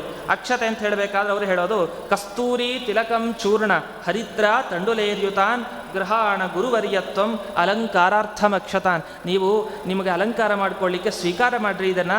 ಯಾವುದು ಅಂದರೆ ಕಸ್ತೂರಿ ತಿಲಕಂ, ಕಸ್ತೂರಿಯಿಂದ ಮಿಶ್ರಿತವಾದ ಅಕ್ಷತೆ ಕಾಳಂತೆ, ಹರಿದ್ರ ತಂಡುಲೈಹಿ ಚೂರ್ಣ ಅಂದರೆ ಅರಿಶಿನದಿಂದ ತಯಾರಿಸಿದ ಮಂತ್ರಾಕ್ಷತೆ ಅಂತ ಇಲ್ಲಿ ಹರಿದ್ರ ಅಂತ ಬರುತ್ತೆ. ಅರಿಶಿನದಿಂದ ತಯಾರಿಸಿದ ಮಂತ್ರಾಕ್ಷತೆ ಅಂತ ಆ ಬಣ್ಣ, ಅದರ ನಮಗೆ ಎಲ್ಲ ಪ್ರಮಾಣಗಳು ಒಂದೊಂದು ಶ್ಲೋಕ. ಇದನ್ನೆಲ್ಲ ಅಕ್ಷತಾಂತ್ವಂ ಅಲಂಕಾರಾರ್ಥಂ, ನೀವು ಅಲಂಕಾರಕ್ಕೋಸ್ಕರ ಇದನ್ನು ಗ್ರಹಣ ಮಾಡಿ ಅಂತ ಈ ರೀತಿ ಹೇಳ್ತಾ ನೈವೇದ್ಯಕ್ಕೆ ಒಂದು, ಹಾಗೆ ಪ್ರತಿಯೊಂದಕ್ಕೂ ಕೂಡ ಬರಿತಾ ಹೋಗ್ತಾರೆ. ಅದು ಬಹಳಷ್ಟು ಇದೆ, ಇಲ್ಲಿ ಅದನ್ನು ವಿಸ್ತಾರ ಮಾಡಲಿಕ್ಕೆ ಹೋಗೋಲ್ಲ. ಪ್ರದಕ್ಷಿಣೆ ಬಗ್ಗೆ ಬಂದಾಗ ಹೀಗೆ ಹೇಳಬೇಕಂತೆ, ಗುರುರಾಟ್ ರಾಘವೇಂದ್ರಸ್ಯ ಏಕೈಕಸ್ಮಿನ್ ಪ್ರದಕ್ಷಿಣೆ ಸಪ್ತದ್ವೀಪಮಹೀ ಯಾತ್ರಾ ಫಲಂ ವಿಂದತಿ ಮಾನವಃ ಅಂತ ರಾಘವೇಂದ್ರ ಸ್ವಾಮಿಗಳ ಒಂದೊಂದು ಪ್ರದಕ್ಷಿಣೆ ನೀವೇನು ಮಾಡ್ತೀರಿ ವೃಂದಾವನಕ್ಕೆ ಭಕ್ತಿ ಶ್ರದ್ಧೆಯಿಂದ ಒಂದೊಂದೇ ಹೆಜ್ಜೆ ಇಟ್ಟು ಕೆಲವರು ಪ್ರದಕ್ಷಿಣೆ ಮಾಡೋದಿದೆ. ಆ ಪ್ರದಕ್ಷಿಣೆಗೆ ಸಪ್ತದ್ವೀಪ ಮಹೀಯಾತ್ರ, ಜಂಬೂ, ಪ್ಲವ, ಕೃಷ 7 ದ್ವೀಪಗಳು, ಸಪ್ತದ್ವೀಪಗಳಿರುವ ಇದು ಭೂಮಿ. ಆ ಭೂಮಿಗೆ ಯಾತ್ರೆ ಮಾಡಿದರೆ ಅಷ್ಟು ಫಲ ಸಿಗತ್ತೆ ಅಂತ. ಇದೆಲ್ಲ ಅದರ ಫಲ ಏನು ಅಂದರೆ ನಿಮಗೆ ಗೊತ್ತಾಗಲ್ಲ, ಅಷ್ಟು ಫಲ ಕೊಡ್ತಾರೆ ಅಂತ. ನಿಮ್ಮ ಜೀವನದಲ್ಲಿ ನಿಮಗೇ ಗೊತ್ತಿಲ್ಲದೆ ಅನೇಕ ಬಾರಿ ನಮಗೆ ಪರಿವರ್ತನೆಗಳಾಗ್ತಾ ಇರುತ್ತೆ. ಇದೇ ಅದರ ಫಲ. ಒಂದು ಬಾರಿ ಭಕ್ತಿಯಿಂದ ಮಾಡಿದ ಪ್ರದಕ್ಷಿಣೆ ಇಷ್ಟು ಫಲ ಅಂತ ಹೇಳ್ತಾರೆ. ದುಃಖ ಆಗ್ಬಿಡುತ್ತೆ ಅವ್ರಿಗೆ. ಮತ್ತೆ ಹೇಳ್ತಾರೆ, ದುಃಖದಿಂದ ಹೇಳ್ತಾ ಹೋಗ್ತಾರೆ ಪ್ರಾರ್ಥನೆ ಅವ್ರದ್ದು. ತವ ಸೇವಾರತಾನ್ ಕಾಂಶ್ಚಿತ್ ಭಕ್ತಾನ್ ಪ್ರೇಷಯ ಮಾಂ ಪ್ರತಿ ತೇಷಾಂ ಮನೋರಥಂ ತಾತ ಮಯಾ ಪುತ್ರೇಣ ಪೂರಯ. ತಾತ ಅಂತ ಸಂಸ್ಕೃತದಲ್ಲಿ ತಂದೆಗೆ ಕರೆಯೋದು. ಕನ್ನಡದಲ್ಲಿ ತಾತ ಅಂದರೆ ತಾತನೇ, ಸಂಸ್ಕೃತದಲ್ಲಿ ತಾತ ಅಂದರೆ ತಂದೆ ಅಂತ ಅರ್ಥ. ನನ್ನ ತಂದೆ ಅಂತ ಭಕ್ತಿಯಿಂದ ಕೂಗಿ ಏನು ಹೇಳ್ತಾರೆ ಅಂದರೆ, ಗುರುರಾಯರೇ, ನಿಮ್ಮ ಸೇವೆ ಮಾಡೋ ಭಕ್ತರು ಯಾರ್ಯಾರಿದ್ದಾರಲ್ಲ, ಯಾರನ್ನಾದರೂ ಒಬ್ಬರು ನನ್ನ ಹತ್ರ ಕಳಿಸ್ಕೊಡಿ, ನಾನು ಅವ್ರಿಗೆ ಏನೇನು ಸಹಾಯ ಮಾಡ್ಬೋದು ಅಷ್ಟನ್ನು ಮಾಡಿಕೊಡ್ತೀನಿ. ನೀವಂತೂ ಕಾಣಿಸ್ತಾ ಇದ್ರು ನಮಗೆ ಚಿಂತೆ ಇಲ್ಲ, ಆದರೆ ನಿಮ್ಮ ಭಕ್ತರನ್ನು ನನ್ನ ಹತ್ರ ಬರುವಂತೆ ಮಾಡಿ, ಅವ್ರಿಗೆ ಎಷ್ಟಾಗುತ್ತೋ ನಾನು ಅಷ್ಟು ಸಹಾಯ ಮಾಡಿ ಅವರ ಮನೋರಥ ಪೂರ್ಣೆ ಆಗುತ್ತೆ. ನನ್ನನ್ನು ಈ ರೀತಿ ನನಗೆ ಅನುಗ್ರಹ ಮಾಡಿ. ಅಂದರೆ ಭಕ್ತರನ್ನು ಬೇಡೋದಿದೆ ಇದು, ಗುರುರಾಯರನ್ನು ಬೇಡೋದಿರಲಿ. ಗುರುರಾಯರೇ, ನಿಮ್ಮ ಭಕ್ತರು ನನ್ನ ಹತ್ರ ಬರುವಂತೆ ಮಾಡಿ ಅಂತ. ಯಾಕೆ ಅಂದರೆ ಅಪ್ಪಣಾಚಾರ್ಯ ಹೇಳ್ತಾರೆ, ತದ್ದರ್ಶನಂ ದುರಿತ ಕಾನನ ದಾವಭೂತಂ ಯತ್ಪಾದ ಪಂಕಜರಸ ಪರಿಭೂಷಿತಾಂಗಾಹ. ಆ ರಾಯರ ಪಾದ ಕಮಲಗಳನ್ನು ಆಶ್ರಯಿಸಿ ಯಾವ ಭಕ್ತರಿದ್ದಾರೆ, ಅವರ ಪಾದ ಧೂಳಿಯನ್ನು ಯಾರು ಹಾಕ್ಕೊಳ್ತಾರೆ, ಆ ಪಾದದ ನೀರನ್ನು ಯಾರು ಹಾಕ್ಕೊಳ್ತಾರೆ, ಅಂತಹ ಭಕ್ತರನ್ನು ನೋಡಿ ಅವರ ಸ್ಮರಣೆ ಮಾಡಿ ಅವರ ಸಂಪರ್ಕದಲ್ಲಿರಿ. ನಿಮಗೆ ನಿಮ್ಮ ಪಾಪಗಳು ಅದು ಕಾಡ್ಗಿಚ್ಚು ಬಂತೆ ಎಲ್ಲ ಸುಡುವಂತೆ ನಿಮ್ಮ ಪಾಪಗಳು ಸುಟ್ಟು ಹೋಗುತ್ತೆ ಅಂತ. ಆ ದೃಷ್ಟಿಯಲ್ಲಿ ಒಬ್ಬ ಭಕ್ತರನ್ನ, ರಾಯರ ನಿಜವಾದ ಭಕ್ತರು, ಅವರನ್ನು ಕಳಿಸ್ಕೊಡಿ, ಅವ್ರಿಗೆ ಸಹಾಯ ಮಾಡಿದರೆ ಎಷ್ಟು ಅನುಗ್ರಹ ಆಗತ್ತೆ ನನಗೆ ಅಂತ ಈ ರೀತಿ ಹೇಳ್ತಾ, ಅಥವಾ ಇದು ಆಗದೆ ಇದ್ರೆ ಅಥವಾ ಕರುಣಾ ಸಿಂಧೋ ಮಯಿ ಸನ್ನಿಹಿತ ಸದಾ ಪುತ್ರಸ್ಯ ಮಮ ವಾಕ್ಯೇನ ಸರ್ವೇಷ್ಟದೋಭವ. ಅಥವಾ ನನ್ನ ಬಳಿ ಅನೇಕ ಭಕ್ತರು ಬರ್ತಾರೆ, ಬಂದಾಗ ಅವ್ರು ಏನೇನೋ ಬೇಡ್ತಾರೆ, ಮಂತ್ರಾಕ್ಷತೆ ಕೊಡಬೇಕು. ಮಂತ್ರಾಕ್ಷತೆ ಕೊಟ್ಟರೆ ಅದು ಫಲ ಸಿಗುತ್ತೋ ಇಲ್ವೋ ನನಗೆ ಗೊತ್ತಿಲ್ಲ, ಆದರೆ ಮಂತ್ರಾಕ್ಷತೆ ನಂತರ ಕೇಳ್ತಾರೆ, ನಾವು ಕೊಡ್ತೀವಿ, ಅದೇನಾಗುತ್ತೋ ಗೊತ್ತಿಲ್ಲ. ಆದರೆ ಅಂತಹದ್ದಾಗೋದು ಬೇಡ. ಕರುಣಾ ಸಿಂಧೋ, ಏನೋ ಇದು ಭಕ್ತರು ಬರದೇ ಇದ್ರೂ ಚಿಂತಿಲ್ಲ, ಬಂದ ನಿಮ್ಮ ಭಕ್ತರಿಗೆ ಅನುಗ್ರಹವಾಗುವ ರೀತಿಯಲ್ಲಿ ನನ್ನಲ್ಲಿ ಆ ಸಂದರ್ಭದಲ್ಲಿ ಆದರೂ ಸನ್ನಿಹಿತನಾಗಿ ನನಗೆ ಅನುಗ್ರಹ ಮಾಡಿ, ಆಗ ನನ್ನ ವಾಕ್ಯ ಹೇಳಿದ್ದು ಅವರಿಗೆ ಸುಳ್ಳು ಆಗೋದಿಲ್ಲ.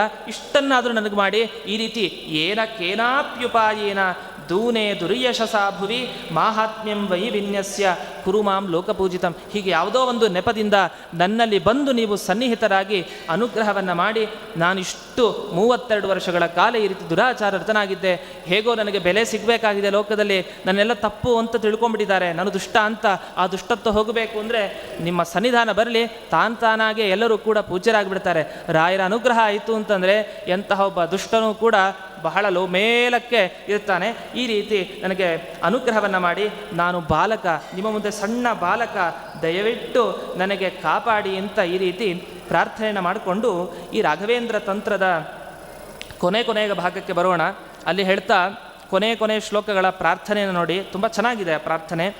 ಯಂತ್ರಬದ್ಧ ಪಶುಪ್ರಾಯಂ ಭ್ರಮಮಾಣಂ ಕುಯೋನಿಷು ಅನಾಲಂಬನಮರ್ತ್ಯಾರ್ಥಂ ರಾಘವೇಂದ್ರಾರ್ಯ ರಕ್ಷಮಾಂ. ರಾಯರೇ ನನಗೆ ರಕ್ಷಣೆ ಮಾಡಿ, ನಾನು ಹೇಗಿದ್ದೀನಿ ಅಂತ ವರ್ಣನೆ ಮಾಡ್ಕೊಳ್ತಾರೆ ಅವರೇ. ಯಂತ್ರಬದ್ಧ ಪಶುಪ್ರಾಯಂ, ಒಂದು ಯಂತ್ರ, ಯಾವುದೋ ಒಂದು ಯಂತ್ರ ವಸ್ತು, ಆ ಯಂತ್ರದಲ್ಲಿ ಒಂದು ಬೋನ್ ಅಂತ ಅಂದ್ಕೊಳ್ಳಿ, ಬೋನಿನಲ್ಲಿ ಒದ್ದಾಡ್ತಾ ಇರೋ ಒಂದು ಪ್ರಾಣಿ ಇದೆ, ಆ ರೀತಿ ನಾನು ಇದ್ದೀನಿ ಅಂತ ಅವ್ರು ಹೇಳೋದು. ಯಂತ್ರಬದ್ಧ ಪಶು ಪ್ರಾಯಂ, ಪಶು ಆಗಿದ್ದೀನಿ. ಆದರೆ ಪ್ರಾಯ ಅಂತಾರೆ, ನಾ ಪಶುನೇ ಅಲ್ಲ, ಪಶುವಿನಂತೆ. ಯಾಕೆಂದರೆ ನಿಮ್ಮ ಸ್ಮರಣೆ ಇದೆಯಲ್ಲ, ಬಂದಿದೆಯಲ್ಲ, ಅದರಿಂದ ಪಶು ನಿಜ, ಮಾಡದೇ ಇದ್ದರೆ ಪಶುನೇ, ಆದರೂ ಕೂಡ ಪಶುವಿಗೆ ಹೋಲಿಕೆ ಇದೆ. ಯಾಕೆಂದರೆ ಬದ್ಧ, ನಂಗೆ ಬಿಡಿಸ್ಕೊಳ್ಳಿಕ್ಕೆ ಬರ್ತಾ ಇಲ್ಲ, ಈ ಸಂಸಾರದಿಂದ ಹೇಗೆ ಹೋಗಬೇಕು ಹೊರಗಡೆ, ಈ ಕಷ್ಟದಿಂದ ಹೇಗೆ ಪಾರಾಗಬೇಕು ಗೊತ್ತಾಗ್ತಾ ಇಲ್ಲ, ಸಿಗಾಕೊಂಡಿದ್ದೀನಿ. ಕುಯೋನಿಷು ಭ್ರಮಮಾಣಂ, ಈ ಜನ್ಮ ಒಂದು ದಾಟಿದರೆ ಮುಂದಿನ ಜನ್ಮ ಆಯ್ತಾ ಆರಾಮ ಅಂತಂದರೆ ಇಲ್ಲ. ಬರೋ ಯೋನಿಗಳು ಯೋಚನೆ ಮಾಡಲಿಕ್ಕೂ ಸಾಧ್ಯ ಇಲ್ಲ. ಒಮ್ಮೆ ಸೊಳ್ಳೆ ಆದರೆ ಇನ್ನೊಂದು ಏನೋ ಕೆಟ್ಟ ಪ್ರಾಣಿ ಆಗ್ತೀವಿ. ಒಂದೊಂದು ಜನ್ಮದ ಕ್ಷುದ್ರತೆ ಅದು ಪಶುನೇ ಆಗೋದು ಮುಂದೆ. ಈಗ ಪಶುಪ್ರಾಯ, ಈಗ ಮನುಷ್ಯನಾಗಿದ್ದಾಗ ಅನುಭವ ಇದೆ ನಾವು ಮನುಷ್ಯರು ಅಂತ, ಮುಂದೆ ಏನು ಸಿಗುತ್ತೋ ಗೊತ್ತಿಲ್ಲ, ಆಗ ನಾವು ಪಶುಗಳಾಗೋಗ್ತೀವಿ. ಕುಯೋನಿಷು ಭ್ರಮಮಾನಂ ಅಲಾನಂಬನ ಮರ್ತ್ಯಾರ್ಥಂ, ನಿಮ್ಮ ಆಶ್ರಯ ಇಲ್ಲದೇನೆ ನಾನು ಏನು ಮಾಡಲಿಕ್ಕೆ ಸಾಧ್ಯ, ಬೇಗ ನನಗೆ ಬಂದು ರಕ್ಷಣೆ ಮಾಡಿ ಅಂತ ಪ್ರಾರ್ಥನೆ ಮಾಡ್ತಾರೆ. ಅದಕ್ಕೆ ಕರಾವಲಂಬನ ಸ್ತೋತ್ರ ಅಂತೆಲ್ಲ ಬಹಳ ಪ್ರಸಿದ್ಧ. ಏನಿದು ಕರಾವಲಂಬನ ಸ್ತೋತ್ರ ಅಂದರೆ, ನನ್ನ ಕೈ ಹಿಡೀರಿ ಅಂತ. ಕರ ಅವಲಂಬನ, ನನ್ನ ಕೈಯನ್ನು ಹಿಡಿದು ಎತ್ತಿ ಮುಳುಗ್ಬಿಟ್ಟಿದ್ದೀನಿ ಸಂಸಾರದಲ್ಲಿ, ಕೆಸರಲ್ಲಿ ಮುಳುಗ್ಬಿಟ್ಟಿದ್ದೀನಿ, ಎತ್ತಿದ್ರೆ ಸ್ವಲ್ಪ ಬದುಕು ಉಳಿತೀನಿ, ಇಲ್ಲಾಂದ್ರೆ ಇಲ್ಲ ಅಂತ ಈ ರೀತಿ ಹೇಳ್ತಾರೆ ಒಂದು ಮಾತು. ಕ್ಷಣಶಃ ಕಣಶೋಪ್ಯರ್ಥಂ ಸಂಗೃಹ್ಯ ಚ ಪಿಶಾಚವತ್ ರಕ್ಷನ್ನದಾತ ಚಾಭೋಕ್ತ ದುರ್ಮುಖೋ ದುರಹಂಕೃತಿ. ನನಗೆ ಅಹಂಕಾರದ ತಾಂಡವ ನೃತ್ಯ ಆಡ್ತಾ ಇದೆ, ನನಗೆ ನಾನು ಅನ್ನುವ ಭಾವ ಇದೆ, ಎಲ್ಲ ಧನ ಪಿಶಾಚಿ ಅಂತ ಬರೀತಾರೆ ಇಲ್ಲಿ. ಪಿಶಾಚವತ್ ಏನಂದರೆ ಕ್ಷಣಶಃ ಕಣಶೋಪಿ ಅರ್ಥಂ, ಸಂಗ್ರಹ ಹೇಗೆ ಮಾಡಬೇಕು ದುಡ್ಡನ್ನು ಅಂದರೆ ಪ್ರತಿಯೊಂದು ಕ್ಷಣ ಭಗವಂತನ ಬಗ್ಗೆ ಚಿಂತೆ ಇಲ್ಲ, ದುಡ್ಡಿನ ಒಂದೊಂದು ರೂಪಾಯಿನ ಸಂಗ್ರಹ ಮಾಡೋದು, ವಿನಿಯೋಗವೂ ಕೂಡ ಇಲ್ಲ. ರಕ್ಷನ್ ಅದಾತ, ನನಗಿಟ್ಕೊಳ್ಳೋದು, ನಾನೂ ಉಪಯೋಗಿಸೋಲ್ಲ, ಈ ಕಡೆ ಬೇರೆಯವ್ರಿಗೂ ಕೊಡೋಲ್ಲ, ಒಕ್ಕಳಿ ನಾನಾದರೂ ದೇವರ ಕಾರ್ಯಕ್ಕೆ ಕೊಟ್ಟೆ ಅನ್ನುವ ಮನೋಭಾವನೂ ಇರೋದಿಲ್ಲ. ಇಷ್ಟೂ ಇಲ್ಲದೆ ಇದ್ದರೆ ಇದು ವ್ಯರ್ಥ. ಅದು ಅವ್ರ ಬಗ್ಗೆ ಹೇಳ್ಕೊಳ್ಳೋದು. ಇದು ಆಗಿನ ಕಾಲದಲ್ಲಿ ಅವರು ಅನುಭವಿಸಿದ್ದು, ಅವ್ರು ಹೀಗೆ ಮಾಡ್ತಾ ಇದ್ರಂತೆ. ಅವ್ರು ಅಂಥ ವ್ಯಕ್ತಿಗಳಾಗಿದ್ದವರು ನಂತರ ದೊಡ್ಡ ಮಹಾತ್ಮರಾದರು. ಈ ರೀತಿ ಇಂತಹ ಚಾಭೋಕ್ತ ರಕ್ಷನ್ನದಾತ, ಇಂತಹ ನಾನಾಗಿದೆ, ನನಗೆ ಅನುಗ್ರಹ ಮಾಡಿ ಅಂತ ಹೇಳ್ತಾ, ಗುರೌ ಆರ್ಯೇ ಪುರಾಣಾದೌ ಅನಾದರಣಶಾಲಿನಃ ತ್ವದ್ಭಕ್ತಾನ್ ವಿಷ್ಣು ಭಕ್ತಾಂಶ್ಚಾಪ್ಯವಜ್ಞಾತುಶ್ಚ ಸಜ್ಜನಾನ್. ಈ ರೀತಿ ಗುರುಗಳು ಮತ್ತು ಪೂಜ್ಯರು ಯಾರ್ಯಾರಿದ್ದಾರೆ ಅವರೆಲ್ಲನೂ ತಿರಸ್ಕಾರ ಮಾಡುವ ವಿಷ್ಣು ಭಕ್ತರಲ್ಲಿ ನಾನೊಬ್ಬ ಆಗಬಾರ್ದು ಅಂತ, ತಿರಸ್ಕಾರ ನಾನು ಮಾಡಬಾರ್ದು, ನಾನು ವಿಷ್ಣು ಭಕ್ತನಾಗಬೇಕು ಅಂತ ಪ್ರಾರ್ಥನೆ ಮಾಡಿ ಕೊನೆಗೆ ಒಂದು ಶ್ಲೋಕವನ್ನು ಹೇಳಿ ಉಪಸಂಹಾರವನ್ನು ಮಾಡ್ತೇನೆ. ಇತಿ ಕೃಷ್ಣಾವಧೂತೇನ ಗುರುಪಾದಾನುಜೀವಿನ ಸ್ತವರಾಜಮಿಮಂ ಪ್ರೋಕ್ತಂ ರಹಸ್ಯಂ ಪಾಪನಾಶಕಂ. ಇಂತಹ ಶ್ರೀ ರಾಘವೇಂದ್ರ ತಂತ್ರವನ್ನು ಕೃಷ್ಣಾವಧೂತರಾದ ನಾನು, ಅವರು ಕೃಷ್ಣಾವಧೂತ ಅಂತ ಯಾಕೆ ಹೆಸರು ಬಂತು ಅಂತ ಉಲ್ಲೇಖ ಮಾಡಿ ಕೊನೆಗೆ ಗುರುಪಾದಾನುಜೀವಿನ, ನನ್ನ ಜೀವನ ಸಾರ್ಥಕ ಆಗಿದ್ದೇ ಆ ಗುರುಗಳ ಪಾದಗಳನ್ನು ಆಶ್ರಯಿಸಿದ್ದರಿಂದ ಅಂಥೇಳಿ ಇಂತಹ ಸ್ತವ ರಾಜ, ರಾಘವೇಂದ್ರ ಸ್ತೋತ್ರಗಳಲ್ಲಿ ರಾಜ ಇದು ಈ ಸ್ತೋತ್ರ ಅಂತ ಹೇಳ್ತಾರೆ. ಆದರೆ ಮರೆಯಲ್ಲ, ಅವರು ಅಪ್ಪಣಾಚಾರ್ಯ ಮಾಡಿದ ಸ್ತೋತ್ರವನ್ನು ಮರೆಯಲ್ಲ. ಅದನ್ನು ಬಿಟ್ಟು ಬೇರೆ ರಾಘವೇಂದ್ರ ಸ್ತೋತ್ರಗಳಲ್ಲಿ ಬಹಳ ದೊಡ್ಡ ಸ್ತೋತ್ರ ಇದು. ಗುರುರಾಜರೇ ಸ್ವಯಂ ಅಪ್ಪಣಾಚಾರ್ಯರ ಸ್ವಪ್ನದಲ್ಲಿ ಬಂದು ಅನುಗ್ರಹ ಮಾಡಿದಂತಹದ್ದು ಅಂತ ಹೇಳಿ ಈ ರೀತಿ ಇದನ್ನು ಪಠನ ಮಾಡೋರಿಗೆ, ಶ್ರವಣವನ್ನು ಮಾಡೋರಿಗೆ ಸರ್ವ ಪಾಪಾನಿ ನಶ್ಯಂತ್ಯೇವ, ಸಕಲ ಅನುಗ್ರಹ ಆಗುತ್ತೆ. ಇದಂ ದತ್ತ ವರ ಸ್ತೋತ್ರಂ, ಇದು ನಾನು ಮಾಡಿದ್ದಲ್ಲ ಸ್ತೋತ್ರ ನನ್ನ ಬುದ್ಧಿಯಿಂದ, ಇದು ಗುರುಗಳೇ ಅಪ್ಪಣಾಚಾರ್ಯರೇ ಸ್ವಯಂ ಬಂದು ನನಗೆ ಕೊಟ್ಟ ಸ್ತೋತ್ರ ಅಂತ ಹೇಳಿ ದಿನಂಬಾ ಸಕೃತಪ್ಯೇತತ್, ಒಂದು ದಿನ ಅದರಲ್ಲಿ ಒಮ್ಮೆ ಯಾವಾಗಲೊಮ್ಮೆ ಸ್ಮರಣೆ ಮಾಡಿದರೆ ತಂದೆಯಂತೆ ಬಂದು ನಿಮಗೆ ಗುರುಗಳು ರಕ್ಷಣೆಯನ್ನು ಮಾಡ್ತಾರೆ ಅಂತ ಹೇಳಿ ಕೊನೆಯ 2 ಶ್ಲೋಕ. ಶುತ್ವಾ ತಾತಸ್ತನಯ ವಚನಂ ಪ್ರೇಮತೋ ಮೋದತೇಹಿ ತ್ವಂ ಮೋದೇಥಾಹ ಶಿಶು ವಚಸಿ ಮೇ ರಾಘವೇಂದ್ರಾರ್ಯ. ತಾತ, ನಾನು ಶಿಶುವಿನಂತೆ ಇದ್ದೀನಿ, ಒಂದು ಮಗುವಿನಂತೆ. ಈ ಮಗು ಏನೇನೋ ಇಷ್ಟಿಷ್ಟು ಮಾತಾಡ್ತು, ಕೆಲವು ಧಾರ್ಷ್ಟ್ಯದಿಂದಲೂ ಮಾತಾಡಿದ್ದಿದೆ, ಇಷ್ಟೆಲ್ಲ ಮಾಡಿದ್ದು ನನಗೆ ಅನುಗ್ರಹ ಮಾಡಲಿಲ್ಲ ಅನ್ನುವ ಧಾರ್ಷ್ಟ್ಯವನ್ನು ತೋರಿಸಿದ್ದಿದೆ. ದಯವಿಟ್ಟು ಒಂದು ತಂದೆ ಮಗುವಿನ ಪೋಷಣೆಯನ್ನು ಮಾಡುವಂತೆ ನನಗೆ ಪೋಷಣೆ ಮಾಡಿ ಅಂತ ಹೇಳ್ತಾ, ತ್ವದನನ್ಯಗತೇ ಮಮ ಅಪರಾಧಾನ್ ಸುತ ವಾತ್ಸಲ್ಯಮುಪಾಗತಃ ಕ್ಷಮಸ್ವ. ಅಂದರೆ ಒಂದು ಪುತ್ರ ವಾತ್ಸಲ್ಯದಿಂದ ನಾನು ಮಾಡಿದ ಸಕಲ ಅಪರಾಧಗಳನ್ನು ಕ್ಷಮಿಸುವಂತ ಈ ರೀತಿ ಪ್ರಾರ್ಥನೆ ಮಾಡಿ ಶ್ರೀ ರಾಘವೇಂದ್ರ ತಂತ್ರಗ್ರಂಥವನ್ನು ಅವರು ಸಮಾಪ್ತಿಯನ್ನು ಮಾಡ್ತಾರೆ ಅಂತ ಹೇಳ್ತಾ, ಇಂತಹ ರಾಘವೇಂದ್ರ ಸೇವೆ ದೊರೆಯೋದು ಬಹಳ ಕಷ್ಟ. ಅಂತಹ ಸೇವೆ ನನಗೂ ದೊರೆಯಿತು. ಅಂತಹ ಗುರುರಾಯರ ವಿಶೇಷವಾದ ಅನುಗ್ರಹ ಹಾಗೂ ತದಂತರ್ಯಾಮಿ ಸಕಲ ಗುರುಗಳ ಹಾಗೂ ದೇವತೆಗಳ ಅನುಗ್ರಹ ವಿಶೇಷವಾಗಿ ನನಗೂ ಹಾಗೆ ಬಂದ ನಿಮಗೆಲ್ಲರಿಗೂ ಕೂಡ ವಿಶೇಷವಾಗಿ ರಾಯರ ಅನುಗ್ರಹ ಆಗಿ ಪ್ರತಿನಿತ್ಯವೂ ರಾಯರ ಸ್ಮರಣೆ ಇಲ್ಲದೇನೆ ನಮಗಾಗಬಾರ್ದು, ರಾಘವೇಂದ್ರ ಸ್ತೋತ್ರ ಪಾರಾಯಣ ಮಾಡದೆ ಅಂತಹ ಸ್ಥಿತಿ ಬರಬಾರದು ಅಂತ ನಿವೇದನೆ ಮಾಡ್ತಾ ಇಂದಿನ ಈ ಉಪನ್ಯಾಸವನ್ನು ಶ್ರೀ ವಿದ್ಯಾಶ್ರೀಷ ತೀರ್ಥ ಗುರುವಂತರ್ಗತ ಶ್ರೀ ರಾಘವೇಂದ್ರ ತೀರ್ಥ ಗುರುವಂತರ್ಗತ ಅಪ್ಪಣಾಚಾರ್ಯ ಬಿಟ್ಟೆ ಮತ್ತೆ ನೋಡಿ ಬರೋದಿಲ್ಲ. ಇತಿ ಶ್ರೀ ವಿದ್ಯಾಶೀಷ ತೀರ್ಥ ಗುರುವಂತರ್ಗತ ಅಪ್ಪಣಾಚಾರ್ಯ ಗುರುವಂತರ್ಗತ ಶ್ರೀ ವ್ಯಾಸತೀರ್ಥಾಭಿನ್ನ ಶ್ರೀ ರಾಘವೇಂದ್ರ ತೀರ್ಥ ಗುರುವಂತರ್ಗತ ಶ್ರೀಮನ್ ಭಾರತೀರಮಣ ಮುಖ್ಯ ಪ್ರಾಣಾಂತರ್ಗತ ಶ್ರೀಮನ್ ಮೂಲ ಗೋಪಾಲ ಕೃಷ್ಣನಲ್ಲಿ ಅರ್ಪಣೆಯನ್ನು ಮಾಡ್ತೇನೆ. ಶ್ರೀಕೃಷ್ಣಾರ್ಪಣಮಸ್ತು.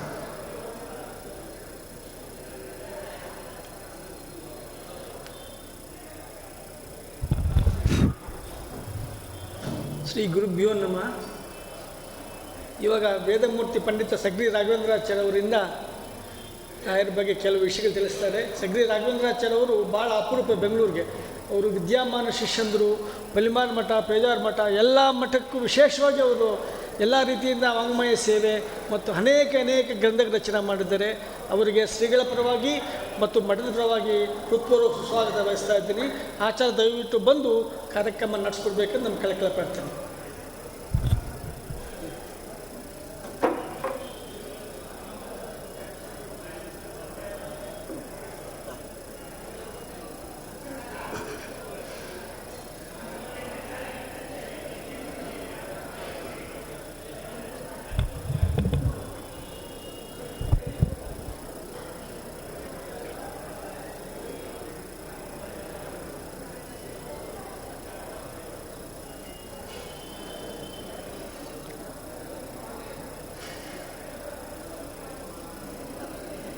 ಜಯತಿ ಹರಿರಚಿಂತ್ಯಃ ಸರ್ವದೇವೈಕವಂದ್ಯಃ ಪರಮಗುರುರಭೀಷ್ಟಾವಾಪ್ತಿದಃ ಸಜ್ಜನಾನಾಂ ನಿಖಿಲಗುಣಗಣಾರ್ಣೋ ನಿತ್ಯನಿರ್ಮುಕ್ತದೋಷಃ ಸರಸಿಜನಯನೋऽಸೌ ಶ್ರೀಪತಿರ್ಮಾನದೋ ನಃ ಯೋऽन्तಃ ಪ್ರವಿಶ್ಯ ಮಮ ವಾಚಮಿಮಾಂ ಪ್ರಸುಪ್ತಾಂ ಸಂಜೀವಯತ್ಯಖಿಲಶಕ್ತಿಧರಸ್ವಧಾಮ್ನಾ ಅನ್ಯಾಂಶ್ಚ ಹಸ್ತಚರಣಶ್ರವಣತ್ವಗಾದೀನ್ ಪ್ರಾಣಾನ್ನಮೋ ಭಗವತೆ ಪುರುಷಾಯ ತುಭ್ಯಂ ಯಸ್ಮಾತ್ ಬ್ರಹ್ಮೇಂದ್ರ ರುದ್ರಾದಿದೇವತಾನಾಂ ಶ್ರಿಯೋಪಿ ಚ ಜ್ಞಾನಸ್ಫೂರ್ತಿ ಸದಾ ತಸ್ಮೈ ಹರಯೇ ಗುರವೇ ನಮಃ.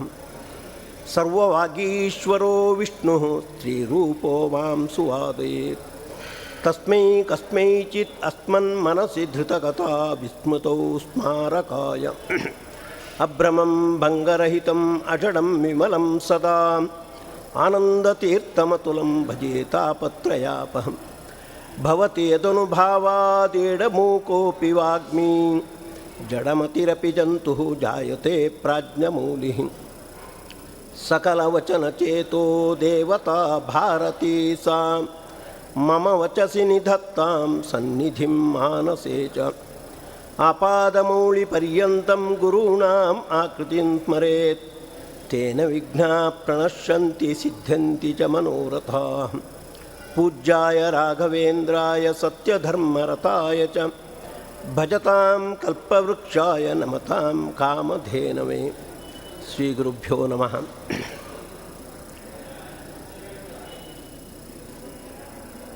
ವ್ಯಾಸತೀರ್ಥರ, ರಾಘವೇಂದ್ರ ತೀರ್ಥರ ವೃಂದಾವನದ ಸನ್ನಿಧಾನದಲ್ಲಿ ಅವರ ಅಂತರ್ಯಾಮಿಯಾದ ಪರಮಾತ್ಮನ ವಿಶೇಷ ಅನುಗ್ರಹಕ್ಕಾಗಿ ಅವರಿಗೆ ಅತ್ಯಂತ ಪ್ರಿಯವಾಗಿರ್ತಕ್ಕಂತಹ ಜ್ಞಾನಯಜ್ಞದಲ್ಲಿ ಪಾಲ್ಗೊಂಡಿರುವ ತಮ್ಮನ್ನೆಲ್ಲ ಹೃತ್ಪೂರ್ವಕವಾಗಿ ಅಭಿನಂದಿಸ್ತಾ ಇದ್ದೇನೆ.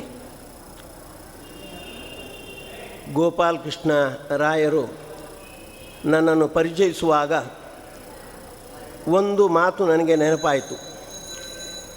ವಿದ್ಯಾಶೀಷ ಶ್ರೀಪಾದಂಗಳವರ ಪೂರ್ವಾಶ್ರಮದ ಶಿಷ್ಯ ನಾನು.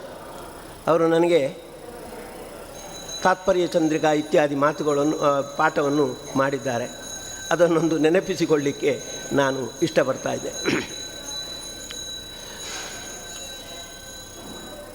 ರಾಘವೇಂದ್ರ ಸ್ವಾಮಿಗಳ ಗ್ರಂಥಗಳಲ್ಲಿರುವ ವೈಶಿಷ್ಟ್ಯಗಳಲ್ಲಿ ಒಂದು ಅನುಸಂಧಾನಕ್ಕೆ ಅವರು ಪ್ರಾಶಸ್ತ್ಯವನ್ನು ನೀಡಿರುವಂಥದ್ದು. ಶಾಸ್ತ್ರಾರ್ಥಗಳು ಅನುಸಂಧಾನದಲ್ಲಿ ಬಂದಾಗ ಮಾತ್ರ ಅದು ಹೆಚ್ಚು ಪ್ರಭಾವಕಾರಿಯಾಗುವಂಥದ್ದು. ಬರೇ ವಿಷ್ಣು ಸರ್ವೋತ್ತಮತ್ವ, ವಾಯುಜೀವೋತ್ತಮತ್ವ, ಸ್ವಾತಂತ್ರ್ಯ, ಭಗವಂತನ ಸ್ವಾತಂತ್ರ್ಯ ಗುಣ, ಅಂತರ್ಯಾಮಿತ್ವ ಗುಣ ಇದನ್ನು ತಿಳ್ಕೊಂಡ್ರೆ ಸಾಲದು. ನಮ್ಮ ವ್ಯವಹಾರದಲ್ಲಿ ಅವುಗಳನ್ನು ಹೇಗೆ ನಾವು ಬಳಸಿಕೊಳ್ಬೇಕು, ಅದನ್ನು ಬಳಸಿಕೊಳ್ಳುವುದಕ್ಕಾಗಿಯೇ ಶಾಸ್ತ್ರದಲ್ಲಿ ಅವುಗಳ ನಿರೂಪಣೆ ಬಂದಿರುವಂಥದ್ದು. ಹಾಗಾಗಿ ನಾವು ಎಷ್ಟರವರೆಗೆ ನಮ್ಮ ಚಟುವಟಿಕೆಗಳಲ್ಲಿ, ವಿಶೇಷವಾಗಿ ಆಧ್ಯಾತ್ಮಿಕ ಧಾರ್ಮಿಕ ಚಟುವಟಿಕೆಗಳಲ್ಲಿ ಅವುಗಳನ್ನು ನಾವು ಅಳವಡಿಸಿಕೊಳ್ಳುವುದಿಲ್ಲವೋ ಅಷ್ಟರವರೆಗೆ ಅವುಗಳ ಪೂರ್ಣ ಅಧ್ಯಯನ ಸಾರ್ಥಕ ಆಗುವುದಿಲ್ಲ. ಹಾಗಾಗಿ ರಾಘವೇಂದ್ರ ಸ್ವಾಮಿಗಳು ಅನುಸಂಧಾನಕ್ಕೆ ಪ್ರಾಶಸ್ತ್ಯ ಕೊಟ್ಟು ಪ್ರಾತಃ ಸಂಕಲ್ಪ ಗದ್ಯ, ಹಾಗೆ ಮತ್ತೊಂದು ವಿಶಿಷ್ಟವಾಗಿರುವಂಥದ್ದು ಮಾನುಷ ದೇಹೇ ವಿದ್ಯಮಾನ ಭಗವದ್ರೂಪ ಸಂಖ್ಯಾ ವಿಚಾರ ಅಂತ. ಈ ಗ್ರಂಥದ ಬಗ್ಗೆ ಹೆಚ್ಚು ಜನ ಕೇಳಲಿಕ್ಕಿಲ್ಲ. ಒಂದು ಪುಟ್ಟ ಗ್ರಂಥ, ಮನುಷ್ಯನ ದೇಹದಲ್ಲಿ ಎಷ್ಟು ಭಗವದ್ರೂಪಗಳಿವೆ ಅಂತ. ಉಪನಿಷತ್ತುಗಳಲ್ಲಿ, ಬೇರೆ ಬೇರೆ ಸರ್ವಮೂಲ ಗ್ರಂಥಗಳಲ್ಲಿ ಅಲ್ಲೆಲ್ಲಿ ಬಂದಿದೆ. ರಾಘವೇಂದ್ರ ಸ್ವಾಮಿಗಳ ಮತ್ತೊಂದು ಗುಣ ಅಂದರೆ ಸಂಗ್ರಹ ಮಾಡಿ ಪ್ರಸ್ತುತಪಡಿಸುವಂಥದ್ದು. ಅಲ್ಲಲ್ಲಿ ಸಂಗ್ರಹ, ಗೀತಾರ್ಥ ಸಂಗ್ರಹ ಮಾಡಿದ್ದಾರೆ, ಹಾಗೆ ಉಪನಿಷತ್ ಖಂಡಾರ್ಥದಲ್ಲೂ ಕೂಡ ಸಂಗ್ರಹ ಮಾಡಿದ್ದಾರೆ, ಮತ್ತು ಋಗ್ಭಾಷ್ಯದ ಸಂಗ್ರಹ ಮಾಡಿದ್ದಾರೆ. ಹಾಗೆ ಇಲ್ಲಿಯೂ ಇದೊಂದು ಸಂಗ್ರಹಾತ್ಮಕವಾದ ಕೃತಿ.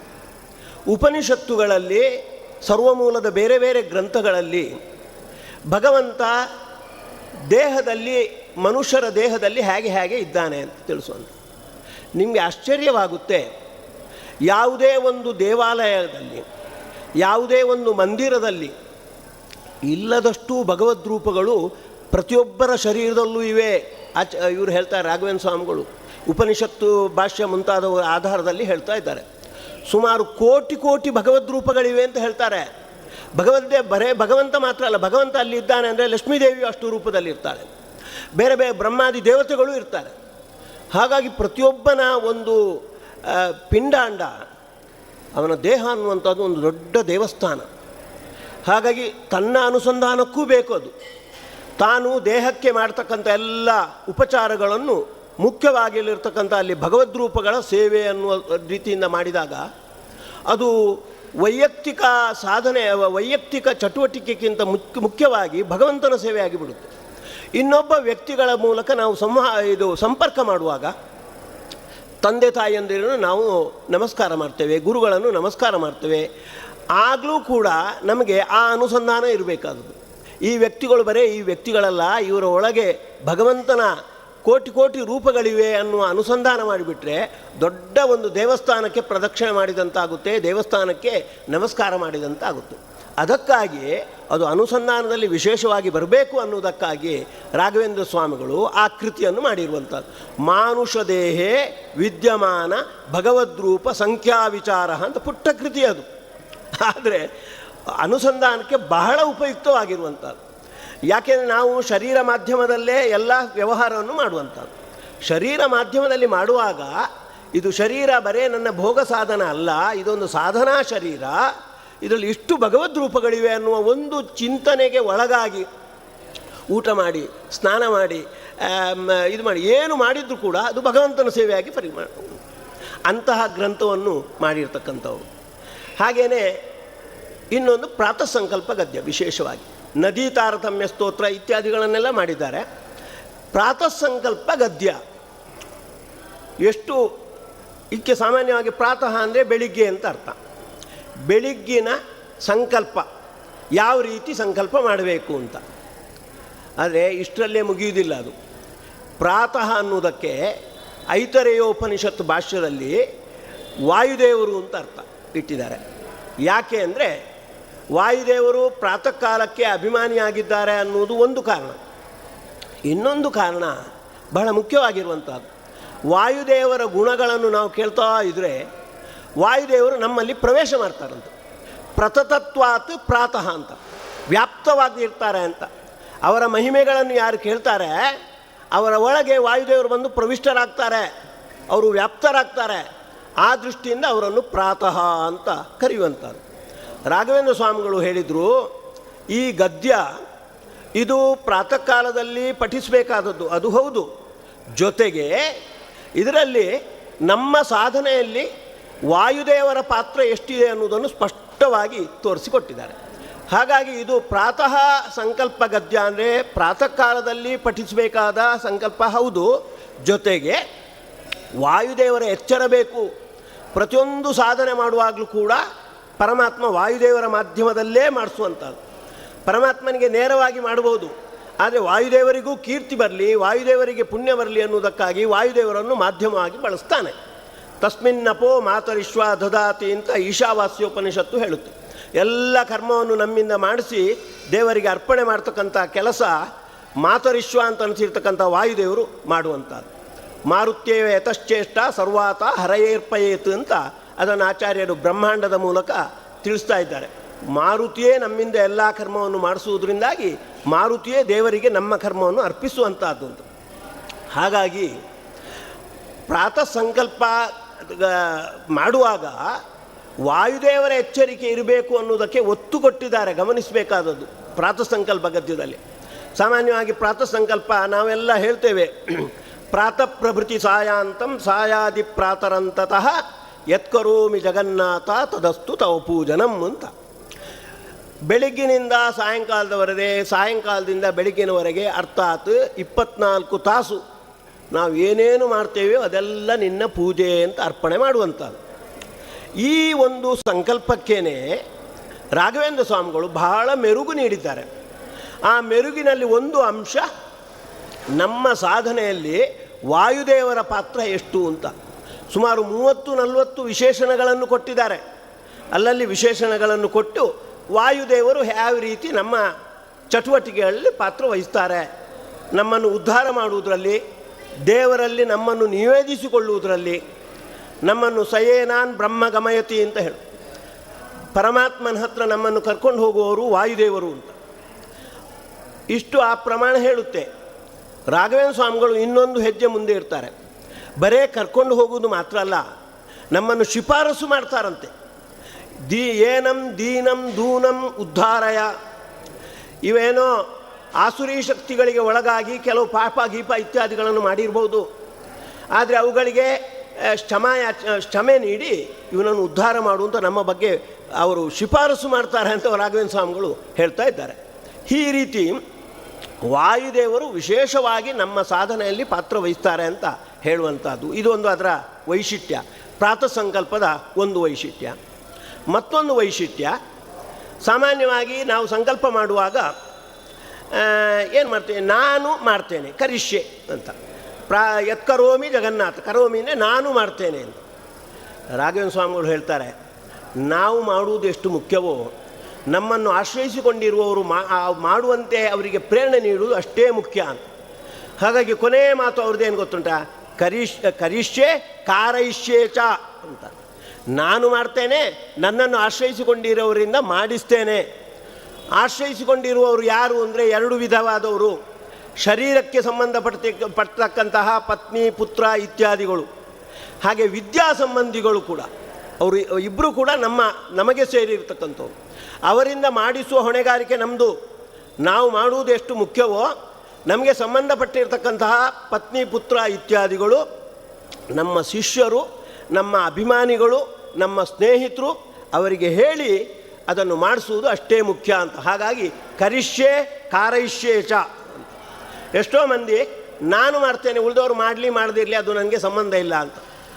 ಎಷ್ಟೋ ಮಂದಿಯ ವಿದ್ವಾಂಸರ ಮನೆಯಲ್ಲಿಯೂ ಕೂಡ ಪತ್ನಿ ಪುತ್ರಾದಿಗಳು ಅವರು ಸ್ವತಂತ್ರವಾಗಿರುವುದು, ಅವರಿಗೆ ನಾನು ಹೇರಲಿಕ್ಕೆ ಹೋಗುವುದಿಲ್ಲ, ಅವರ ಅಭಿಪ್ರಾಯಕ್ಕೆ ತಕ್ಕಂತೆ. ಅದು ಅಲ್ಲ, ಅವರ ಸ್ವರೂಪ ಯೋಗ್ಯತೆಗೆ ತಕ್ಕಂತೆ ಅವರು ನಡ್ಕೊಳ್ತಾರೆ ಅನ್ನೋದು ಬೇರೆ ಮಾತು. ನಮ್ಮ ಕರ್ತವ್ಯವನ್ನಂತೂ ನಾವು ಮಾಡಲೇಬೇಕು. ಶಿಷ್ಯರಲ್ಲಿ, ನಮ್ಮ ಪತ್ನಿ ಪುತ್ರಾದಿಗಳಲ್ಲಿ ನಾವು ನಂಬಿರ್ತಕ್ಕಂತಹ, ನಾವು ಪಾಲಿಸ್ತಕ್ಕಂಥ ಆದರ್ಶವನ್ನು ಅವ್ರ ಮೇಲೆ ಹೇಳಲೇಬೇಕು.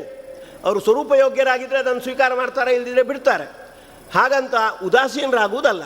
ಇದಕ್ಕೆ ಸ್ಫೂರ್ತಿ ಕೊಡುತ್ತೆ ರಾಘವೇಂದ್ರ ಸ್ವಾಮಿಗಳ ಕರಿಷ್ಯೆ ಕಾರಯಿಷ್ಯೆ ಚ ಅನ್ನತಕ್ಕಂಥ ಮಾತು. ನಾನು ಮಾಡ್ತೇನೆ, ಜೊತೆಗೆ ನನಗೆ ಸಂಬಂಧಪಟ್ಟತಕ್ಕಂತಹ ವಿದ್ಯಾಶಿಷ್ಯರು, ಶರೀರ ಸಂಬಂಧಿ ಶಿಷ್ಯರು ಯಾರು ಬಂಧುಗಳಿದ್ದಾರೆ ಅವರಿಂದ ಮಾಡಿಸ್ತೇನೆ. ಹೀಗೆ ಹೇಳುವಾಗ ಒಂದು ಮಾತು ಹೇಳ್ತಾರೆ, ಇವರೆಲ್ಲ ನನ್ನ ವಿದ್ಯಾ ಸಂಬಂಧಿಗಳು ಹಾಗೂ ಶರೀರ ಸಂಬಂಧಿಗಳು, ಆದರೆ ತ್ವದೀಯೈಹಿ ಅಂತ ಒಂದು ಮಾತು. ಎಲ್ಲರೂ ಕೂಡ ನಿನಗೇ ಸೇರಿದವರು. ಈ ಎಚ್ಚರಿಕೆ ನಮಗೆ ಬೇಕಾದದ್ದು. ತ್ವದೀಯೈಹಿ ಕೃತಂ ಕಾರಯಿಷ್ಯೆ, ಇದು ತ್ವದೀಯೈಹಿ ಕಾರಯಿಷ್ಯೆ ಅಂತ, ನಿನಗೆ ಸೇರಿದವರು ಅಂತ ಈ ಮಾತು. ಎಲ್ಲರೂ ಕೂಡ ಭಗವಂತನ ಭಗವಂತನಿಗೆ ಸೇರಿರುವವರು. ನಾವು ಹೇಳ್ತೇವೆ ನಮ್ಮ ಪತ್ನಿ, ನಮ್ಮ ಪುತ್ರರು, ನಮ್ಮ ಶಿಷ್ಯರು ಅಂತ. ರಾಘವೇಂದ್ರ ಸ್ವಾಮಿಗಳು ಹೇಳ್ತಾರೆ, ನಮ್ಮ ಶಿಷ್ಯರು, ನಮ್ಮ ಪತ್ನಿ, ನಮ್ಮ ಇದು ಹೇಳೋಕ್ಕಿಂತ ಮುಂಚೆ ಭಗವಂತನಿಗೆ ಸೇರಿದವರು, ಭಗವಂತನ ಭಕ್ತರು ಅವರು. ಭಗವಂತ ನಮಗೆ ನಮ್ಮ ಋಣಾನುಬಂಧಕ್ಕೆ ಅನುಗುಣವಾಗಿ ಪತ್ನಿಯಾಗಿ, ಪುತ್ರರಾಗಿ, ಶಿಷ್ಯರಾಗಿ ಕೊಟ್ಟಿರುವಂಥದ್ದು.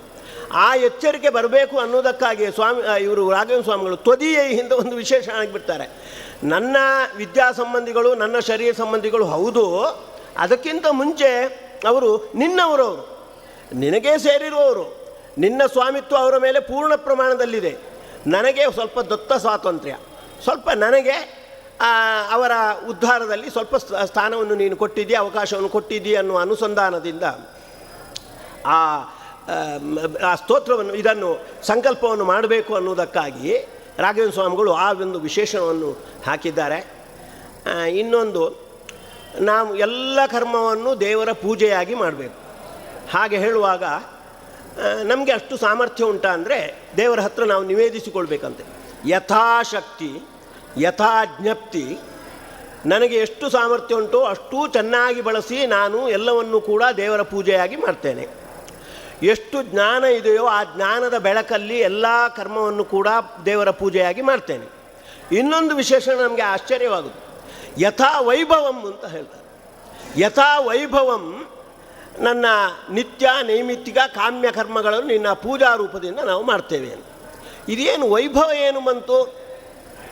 ಕರ್ಮಗಳನ್ನು ಮಾಡುವಾಗ ವೈಭವ ಏನು ಅಂದರೆ ರಾಘವೇಂದ್ರ ಸ್ವಾಮಿಗಳು ಇದನ್ನು ಅಪೇಕ್ಷಿಸುವಂಥದ್ದು. ನಾವು ಸಾಮಾನ್ಯ ಪೂಜೆ ಮತ್ತು ನಮ್ಮ ಸಾಧನೆಗಳೆಲ್ಲ ಅಂತರ್ಮುಖ ಸಾಧನೆಗಳು. ಹಾಗಾಗಿ ನಮಗೆ ಅನುಸಂಧಾನ ಮುಖ್ಯವಾಗಿದ್ದರೆ ಸಾಕು. ಹಾಗಂತ ನಾವು ಹೊರಗಿನ ಏನು ಅದಕ್ಕೆ ಸಂಬಂಧಪಟ್ಟ ಆಚರಣೆಗಳಿವೆ ಅದರಲ್ಲಿ ಔದಾಸೀನ್ಯ ತಾಳಬಾರ್ದು. ಈಗ ದೇವರಿಗೆ ಭಾವಪುಷ್ಪ ಅನ್ನೋದು ಮುಖ್ಯ.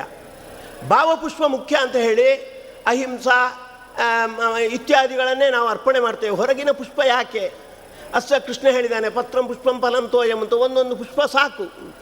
ಇಲ್ಲ, ರಾಘವೇಂದ್ರ ಸ್ವಾಮಿಗಳು ಯಥಾ ವೈಭವಂ, ನನ್ನ ಜೀವನದಲ್ಲಿ ನನಗೆ ಎಷ್ಟು ಸಂಪತ್ತಿದೆಯೋ ಆ ಸಂಪತ್ತನ್ನೆಲ್ಲ ದೇವರ ಪೂಜೆಗಾಗಿ ನಾನು ಬಳಸ್ತೇನೆ. ನಾವು ಹೊರಗಿನ ವೈಭವ ಮಾಡಿದಾಗ ಒಳಗಿನ ಅನುಸಂಧಾನ ದೃಢವಾಗುತ್ತೆ, ಭಾವಪುಷ್ಪವನ್ನು ಅರ್ಪಣೆ ಮಾಡಲಿಕ್ಕೆ ಅನುಕೂಲವಾಗುತ್ತೆ. ಅದಕ್ಕಾಗಿ ಯಥಾ ವೈಭವಂ ಅಂತ ಹೇಳ್ತಾರೆ ಅವರು. ಪ್ರತಿಯೊಂದು ಇದು ಪೂಜೆ ಆಯ್ತಲ್ಲ, ಪೂಜೆ ಬಿಟ್ಟು ಎಲ್ಲ ಕರ್ಮವನ್ನು ಕೂಡ ಯಥಾ ವೈಭವ ನಾವು ಮಾಡಬೇಕಾದ್ರು. ಭೋಜನ ಮಾಡುವಾಗಲೂ ಕೂಡ ದೇವರಿಗೆ ಸಮರ್ಪಣೆ ಆಯ್ತಲ್ಲ, ಭೋಜನ ಮಾಡುವಾಗಲೂ ಕೂಡ ಬೆಳ್ಳಿಯ ತಟ್ಟೆಯಲ್ಲಿ ಇಟ್ಟುಕೊಂಡು ರಂಗೋಲೆ ಬರೆದು ದೇವರ ಚಿಂತನೆಯನ್ನು ಮಾಡ್ತಾ ಯಥಾವೈಭವವಾಗಿ ಭೋಜನ ಮಾಡಬೇಕಾದದ್ದು. ಪ್ರತಿಯೊಂದು ಕೂಡ ಸ್ನಾನ ಇದನ್ನು ಅವರು ಹೇಳುವುದು ದೇವರ ಪೂಜೆಗೆ ಮಾತ್ರ ಸಂಬಂಧ ಅಲ್ಲ, ನಮ್ಮ ನಿತ್ಯ ನೈಮಿತ್ತಿಕ ಕಾಮ್ಯ ಕರ್ಮಗಳೇನಿವೆ ಇದನ್ನು ಯಥಾವೈಭವವಾಗಿ ನಾವು ಮಾಡ್ತೇವೆ ಅಂತ. ಅದು ದೇವರ ಪೂಜೆ ಅನ್ನತಕ್ಕಂಥ ಅನುಸಂಧಾನದ ಹಿನ್ನೆಲೆಯಲ್ಲಿ ಆದಷ್ಟು ನಮಗೆ ಎಷ್ಟು ಸಂಪತ್ತುಂಟು ಅಷ್ಟು ಸಂಪತ್ತನ್ನು ಅದಕ್ಕೆ ಬಳಸ್ಕೊಂಡು ವೈಭವದ ಒಂದು ಮೆರುಗು ಅದಕ್ಕೆ ಹಚ್ಚಬೇಕು ಅಂತ ರಾಘವೇಂದ್ರ ಸ್ವಾಮಿಗಳು ಹೇಳ್ತಾ ಇದ್ದಾರೆ. ಹೀಗೆ ಅವರ ಪ್ರಾತಃ ಸಂಕಲ್ಪ ಗದ್ಯ ಅದು ನಮ್ಮ ಚಟುವಟಿಕೆಗಳನ್ನು ಆನುಸಂಧಾನಿಕವಾಗಿ ನಡೆಸಲಿಕ್ಕೆ ಬಹಳ ಉಪಯುಕ್ತವಾಗಿರುವಂಥದ್ದು. ಭಗವಂತ ನಮ್ಮ ಇದರಲ್ಲಿ ನಮ್ಮ ಸಾಧನೆಯಲ್ಲಿ ಹೇಗೆ ಪಾತ್ರ ವಹಿಸ್ತಾನೆ ಅನ್ನೋದನ್ನು ಚೆನ್ನಾಗಿ ತೋರಿಸಿಕೊಟ್ಟಿದ್ದಾರೆ. ಈಗ ಆ ಒಂದು ಶ್ಲೋಕ ರೂಪವಾಗಿರ್ತಕ್ಕಂಥ ಆ ಸಂಕಲ್ಪ ಇದೆಯಲ್ಲ, ಅದರಲ್ಲಿ ಸ್ಥೂಲವಾಗಿರುವಂಥದ್ದು ಪ್ರಾತಃ ಪ್ರಭೃತಿ ಸಾಯಾಂತಂ ಸಾಯಾದಿ ಪ್ರಾತರಂತತಃ ಯತ್ಕರೋಮಿ ಜಗನ್ನಾಥ ಅಂತ. ಇದು ಯಾಕೆ ಭಗವಂತನ ಪೂಜೆಯಾಗಿ ಯಾಕೆ ಅರ್ಪಿಸಬೇಕು, ಅವ ಹೇಗೆ ಪಾತ್ರ ವಹಿಸಿದ್ದಾನೆ, ಇದನ್ನೆಲ್ಲ ಅದರಲ್ಲಿ ಅವರು ತೋರಿಸಿಕೊಡ್ತಾ ಇದ್ದಾರೆ. ಇನ್ನೊಂದು ದೊಡ್ಡ ಅವರ ಕೊಡುಗೆ ಅಂದರೆ ಏನು, ತಂತ್ರಸಾರ ಸಂಗ್ರಹದಲ್ಲಿ ಆಚಾರ್ಯರ ಬೇರೆ ಬೇರೆ ಗ್ರಂಥಗಳಲ್ಲಿ ಏನು ಭಗವಂತನ ಬಗ್ಗೆ ಪ್ರಮೇಯಗಳು ಬಂದಿವೆ ಅವನ್ನೆಲ್ಲ ಆ ಸಂಕಲ್ಪದಲ್ಲಿ ಜೋಡಿಸ್ತಾರೆ. ತಂತ್ರಸಾರ ಸಂಗ್ರಹದ 4ನೇ ಅಧ್ಯಾಯದಲ್ಲಿ 70ಕ್ಕಿಂತಲೂ ಹೆಚ್ಚು ಮಂತ್ರಗಳನ್ನು ಹೇಳ್ತಾರೆ. ಆ ಮಂತ್ರಗಳನ್ನು ಇಲ್ಲಿ ಸಂಕಲ್ಪಕ್ಕೆ ಜೋಡಿಸ್ತಾರೆ. ಹೇಳ್ತಾರೆ, ಅಲ್ಲಿ ಬಂದಿರತಕ್ಕಂಥ ಭೂವರಾಹಾದಿ ಮಂತ್ರಗಳಲ್ಲಿ ಪ್ರತಿಪಾದ್ಯನಾಗಿರ್ತಕ್ಕಂತಹ ಭೂವರಾಹ ರೂಪಿ ಪರಮಾತ್ಮ, ಅವನಿಕ್ಕಿಂತ ಅಭಿನ್ನನಾದವನು ರಾಮಚಂದ್ರ ಅಂತ ಹೇಳ್ತಾರೆ. ಅಂದರೆ ಆ ರೀತಿ ನಮಗೆ ಅನುಸಂಧಾನ ಮಾಡಲಿಕ್ಕೆ ಬರುತ್ತೆ. ಒಂದು ತಂತ್ರಸಾರ ಸಂಘದಲ್ಲಿ ಎಷ್ಟು ಮಂತ್ರಗಳು ಬಂದಿದೆ ಅನ್ನೋದಕ್ಕೆ ಒಂದು ಇದಾಗುತ್ತೆ. ಆ ಮಂತ್ರಗಳನ್ನು ಹೇಗೆ ಭಗವಂತನಿಗೆ ಅರ್ಪಣೆ ಮಾಡಬೇಕು ಅಂತ ಅವರು ಹೇಳೋದು. ರಾಮಚಂದ್ರ ನಿನ್ನ ಆಜ್ಞೆಯಿಂದ ನಿನ್ನ ಪೂಜಾ ರೂಪದಿಂದ ಮಾಡ್ತೇನೆ ಅಂತ ಹೇಳ್ತಾ ರಾಮಚಂದ್ರನಿಗೆ ವಿಶೇಷಣ. ತಂತ್ರಸಾರ ಸಂಗ್ರಹದಲ್ಲಿ ಮಂತ್ರಾಧ್ಯಾಯ ಅಂತ ಪ್ರಸಿದ್ಧವಾಗಿರ್ತಕ್ಕಂಥ 4ನೇ ಅಧ್ಯಾಯದಲ್ಲಿ ಎಷ್ಟು ಮಂತ್ರಗಳು ಬಂದಿವೆ ಅದನ್ನು 2 ವಿಭಾಗ ಮಾಡ್ತಾರೆ. ಒಂದು ಭೂವರಾಹಾದಿ ಮಂತ್ರಗಳು, ಭಗವತ್ಪರವಾದ ಮಂತ್ರಗಳು, ಮತ್ತು ಲಕ್ಷ್ಮೀದೇವಿಯ ಪರವಾದ ದುರ್ಗಾ ಇತ್ಯಾದಿ ಮಂತ್ರಗಳು. ಅದರಲ್ಲಿ 2ರಲ್ಲೂ ಕೂಡ ಭಗವಂತ ಆಯಾ ರೂಪದಿಂದ ಇದ್ದಾನೆ. ಆಯಾ ರೂಪದಿಂದ ಇರ್ತಕ್ಕಂಥ ಭಗವಂತನಿಗಿಂತ ಅಭಿನ್ನನಾಗಿರ್ತಕ್ಕಂಥವನು ರಾಮಚಂದ್ರ, ನಿನಗೆ ನನ್ನ ಪೂಜೆ ಎಲ್ಲ ಸಲ್ಲಿ ಅಂತ ಈ ರೀತಿ ಶಾಸ್ತ್ರಾರ್ಥವನ್ನು ಹೇಗೆ ನಮ್ಮ ಅನುಸಂಧಾನದಲ್ಲಿ ಅಳವಡಿಸಿಕೊಳ್ಬೇಕು. ಈಗ ತಂತ್ರಸಾರ ಸಂಗ್ರಹದಲ್ಲಿ ಬಂದಿರತಕ್ಕಂಥ ವಿಚಾರಗಳಾಗಿರ್ಬೋದು, ಬೇರೆ ಬೇರೆ ಇದರಲ್ಲಿ ಋಗ್ಭಾಷ್ಯದಲ್ಲಿ ಬಂದಿರುವಂಥದ್ದು, ಬ್ರಹ್ಮಸೂತ್ರದಲ್ಲಿ ಬಂದಿರತಕ್ಕಂಥ ವಿಚಾರಗಳನ್ನು ಸಂಕಲ್ಪದಲ್ಲೇ ಹೇಗೆ ಜೋಡಿಸಿಕೊಳ್ಬೇಕು ಅಂತ ತೋರಿಸಿಕೊಟ್ಟು ಅದನ್ನು ಅನುಸಂಧಾನದಲ್ಲಿ ಹೇಗೆ ತಂದುಕೊಳ್ಬೇಕು ಅಂತ ತೋರಿಸಿಕೊಟ್ಟಿರುವಂತಹ ಪ್ರಾತಃ ಸಂಕಲ್ಪ ಗದ್ಯ, ಮಾನುಷ ದೇಹೇ ವಿದ್ಯಮಾನ ಭಗವದ್ ವಿಚಾರ, ಭಗವತ್ ಸಂಖ್ಯಾ ವಿಚಾರ ಮುಂತಾದ ಗ್ರಂಥಗಳು ಅದು ತುಂಬ ಅನುಸಂಧಾನಕ್ಕೆ ಉಪಯುಕ್ತವಾಗಿರುವಂಥದ್ದು. ಹೀಗೆ ರಾಘವೇಂದ್ರ ಸ್ವಾಮಿಗಳು ಅನುಸಂಧಾನಕ್ಕೂ ಕೂಡ ಪೂರಕವಾಗುವಂತೆ ಅವರ ಗ್ರಂಥದ ಒಂದು ದೊಡ್ಡ ವೈಶಿಷ್ಟ್ಯ ಅದು. ಅನುಸಂಧಾನಕ್ಕೆ ಹೆಚ್ಚು ಒತ್ತು ಕೊಟ್ಟಿರುವಂಥದ್ದು, ಅದನ್ನು ನಾವು ಗಮನಿಸಬೇಕು ಅಂತ ಹೇಳ್ತಾ, ಒಂದು ರಾಘವೇಂದ್ರ ಸ್ವಾಮಿಗಳ ಸನ್ನಿಧಾನದಲ್ಲಿ ಈಗ ನಾವೆಲ್ಲ ಕರೋನಾದಿಂದ ಪೀಡಿತರಾಗಿದ್ದೇವೆ. ರಾಘವೇಂದ್ರ ಸ್ವಾಮಿಗಳು ವಿಶೇಷವಾಗಿ ತಮ್ಮ ಒಳಗಿರ್ತಕ್ಕಂತಹ ಧನ್ವಂತರಿಯ ಅನುಗ್ರಹದಿಂದ ಅವರು ನಮಗೆಲ್ಲ ಅನುಗ್ರಹ ಮಾಡುವವರು. ಹಾಗೆ ರಾಘವೇಂದ್ರ ಸ್ವಾಮಿಗಳ ಅನುಗ್ರಹವನ್ನು ನಾವು ಪಡೀಲಿಕ್ಕೆ ವಿಷ್ಣು ಸಹಸ್ರನಾಮದ ಒಂದು ನಾಮವನ್ನು ನಾವು ವಿಶೇಷವಾಗಿ ಬಳಸ್ಕೊಳ್ಬೇಕಾದದ್ದು. ಸಾಮಾನ್ಯ ಒಂದು ನೆನಪಿಟ್ಕೊಳ್ಬೇಕಾದ್ರೆ ನಿಮಗೆಲ್ಲ ಗೊತ್ತಿರ್ಬೋದು, ಆಸ್ತಿಕರು, ಕರೋನಾ ಬರುವುದು ಬರೇ ಆ ವೈರಸ್ಸಿಂದ ಮಾತ್ರ ಅಲ್ಲ, ಮುಖ್ಯವಾಗಿ ನಮ್ಮ ಪ್ರಾರಬ್ಧ ಕರ್ಮದಿಂದ. ಇದು ನೆನಪಿಟ್ಕೊಳ್ಬೇಕು. ಪೂರ್ವಜನ್ಮ ಕೃತಂ ಪಾಪಂ ವ್ಯಾಧಿರೂಪೇಣ ಜಾಯತೆ ಅನ್ನುವುದೇ ಮುಖ್ಯ. ಅದಕ್ಕೆ ಪೂರಕವಾಗಿ ಹೊರಗಿನ ವಾತಾವರಣ ಇರುವಂಥದ್ದು. ಹಾಗಾಗಿ ಕರೋನಾದಿಂದ ನಾವು ದೂರ ಆಗಬೇಕಾದ್ರೆ ಮೊದಲು ನಮ್ಮ ಪ್ರಾರಬ್ಧ ಕರ್ಮ ಕ್ಷಯಿಸುವಂತೆ ಮಾಡಬೇಕು, ಉಪವರ್ತಕ್ಕೆ ಒಳಗಾಗುವಂತೆ ಮಾಡಬೇಕು. ಅದರ ಅಧಿಕಾರ, ಅದರ ಇದು ಇರುವಂಥದ್ದು ಪರಮಾತ್ಮನಲ್ಲೇ. ಪರಮಾತ್ಮನನ್ನು ನಾವು ಅದಕ್ಕೆ ಪ್ರಾರ್ಥನೆ ಮಾಡಬೇಕು. ವಿಷ್ಣು ಸಹಸ್ರನಾಮದಿಂದ ಪ್ರಾರ್ಥನೆ ಮಾಡುವುದು ಉತ್ತಮ. ಅದು ಆಗದಿದ್ದರೆ ವಿಷ್ಣು ಸಹಸ್ರನಾಮದಲ್ಲಿ ಕೆಲವು ವಿಶಿಷ್ಟವಾಗಿರ್ತಕ್ಕಂಥ ನಾಮಗಳು ಬಂದಿದೆ. ಒಂದು ಓಜಸ್ತೇಜೋದ್ಯುತಿಧರಃ ಅಂತ, ಓಜಸ್ತೇಜೋದ್ಯುತಿಧರಾಯ ನಮಃ ಅಂತ. ಓಜಸ್ಸು ಮತ್ತು ತೇಜಸ್ಸು ಅಂತ. ನಮ್ಮಲ್ಲಿ ಓಜಸ್ಸು ಅಂದರೆ ಇನ್ನೊಬ್ಬರನ್ನು ಆಕ್ರಮಣ ಮಾಡಿದಾಗ ಅವರನ್ನು ದೂರ ಮಾಡ್ತಕ್ಕಂಥ ಸಾಮರ್ಥ್ಯ. ತೇಜಸ್ಸು ಅಂದರೆ ಇನ್ನೊಬ್ಬರನ್ನು ಸೋಲಿಸ್ತಕ್ಕಂಥ ಸಾಮರ್ಥ್ಯ. ಅದು 2 ಒಟ್ಟಿಗೆ ಒಂದು ಸಾಮರ್ಥ್ಯ ಅಂತ ಹೇಳ್ಬೋದು. ಆದರೆ ಇನ್ನೊಬ್ಬರು ಆಕ್ರಮಣ ಮಾಡದಂತೆ ಮಾಡ್ತಕ್ಕಂಥ ಸಾಮರ್ಥ್ಯ ಅದು ಪರ ಅನಭಿಭಾವ್ಯತ್ವ ಸಾಮರ್ಥ್ಯ, ಅದನ್ನು ಓಜಸ್ಸು ಅಂತ ಕರೀತಾರೆ. ಇನ್ನು ಇನ್ನೊಬ್ಬರನ್ನು ಸೋಲಿಸ್ತಕ್ಕಂಥ ತೇಜಸ್ಸು ಅಂತ ಕರೀತಾರೆ. ಭಗವಂತನಲ್ಲಿ ಅದು ಮುಖ್ಯ ಪ್ರಮಾಣದಲ್ಲಿ ಉಂಟು. ಭಗವಂತನನ್ನು ನಾವು ಹಾಗೆ ಉಪಾಸನೆ ಮಾಡಿದಾಗ, ನೀನು ಓಜಸ್ಸು ಮತ್ತು ತೇಜಸ್ಸು ಮತ್ತು ದ್ಯುತಿ ಇದನ್ನು ಧಾರಕನಾದವ, ನಿನ್ನಲ್ಲಿ ಅದು ಪೂರ್ಣ ಪ್ರಮಾಣದಲ್ಲಿದೆ, ನನ್ನ ಯೋಗ್ಯತೆಗೆ ತಕ್ಕಂತೆ ಆ ಸಾಮರ್ಥ್ಯ ನನ್ನಲ್ಲಿ ಬರುವಂತೆ ಮಾಡು ಅನ್ನೋ ಅನುಸಂಧಾನದಿಂದ ಓಜಸ್ತೇಜೋ ದ್ಯುತಿಧರಾಯ ನಮಃ ಅಂತ ಹೇಳಿದರೆ, ನಮ್ಮಲ್ಲಿ ಆ ರೋಗಾಣುಗಳು ಏನು ಆಕ್ರಮಣ ಮಾಡ್ತಾವೆ ಅದು ಆಕ್ರಮಣ ಮಾಡದೇ ಇರಲಿಕ್ಕೆ ಬೇಕಾದ ಸಾಮರ್ಥ್ಯ ಬೆಳೆಯುತ್ತೆ. ಅವುಗಳನ್ನು ದೂರ ಮಾಡಲಿಕ್ಕೆ ಬೇಕಾದ ಸಾಮರ್ಥ್ಯ ಬೇಕಾಗುತ್ತೆ, ಅದು ಬೇಕಾಗುತ್ತೆ ನಮಗೆ. ಅದನ್ನು ಭಗವಂತ ಕೊಡುವಂಥದ್ದು. ಓಜಸ್ತೇಜೋ ದ್ಯುತಿಧರಾಯ ನಮಃ ಅಂತ. ಮತ್ತೊಂದು ಮಹಾಕೋಶಾಯ ನಮಃ ಅಂತ. ಮಹಾಕೋಶ ಅಂತ ಮತ್ತೊಂದು.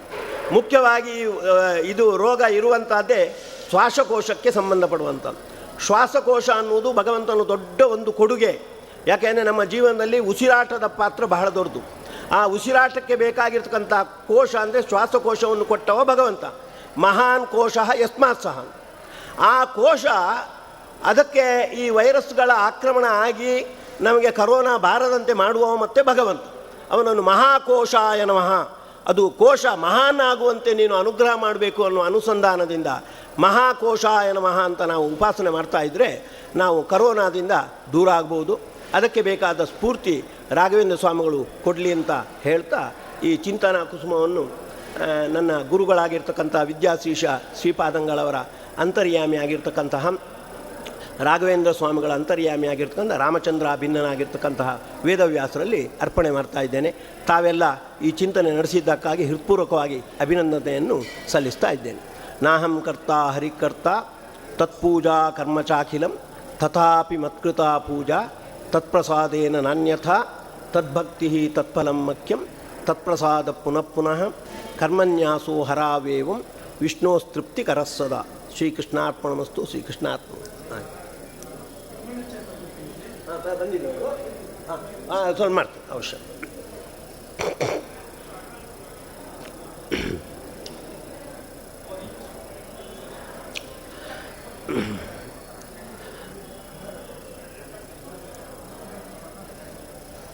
ರಾಘವೇಂದ್ರ ಸ್ವಾಮಿಗಳ ಬಗ್ಗೆ ಅನೇಕ ಸ್ತೋತ್ರಗಳು ಹೊರಟಿವೆ. ಆ ಸ್ತೋತ್ರಗಳಲ್ಲಿ ಹೆಚ್ಚು ಅಧಿಕೃತವಾದದ್ದು ಅವರ ಚಿತ್ತಕ್ಕೆ ಬಂದಿರತಕ್ಕಂಥ ಶ್ಲೋಕ ಇದು ಅಂದರೆ ಸ್ತೋತ್ರ ಅಂದರೆ ಅಪ್ಪಣ್ಣಾಚಾರ್ಯರು ಮಾಡಿರ್ತಕ್ಕಂಥ 32 ಶ್ಲೋಕಗಳನ್ನು ಒಳಗೊಂಡಿರ್ತಕ್ಕಂಥ ಸ್ತೋತ್ರ. ಅದು 32 ಸಂಖ್ಯೆ ಅನ್ನೋದು ಆಕಸ್ಮಿಕವಾಗಿ ಬಂದುವಂಥದ್ದಲ್ಲ. 32 ಶರೀರ ಲಕ್ಷಣಗಳು ಅಂತ.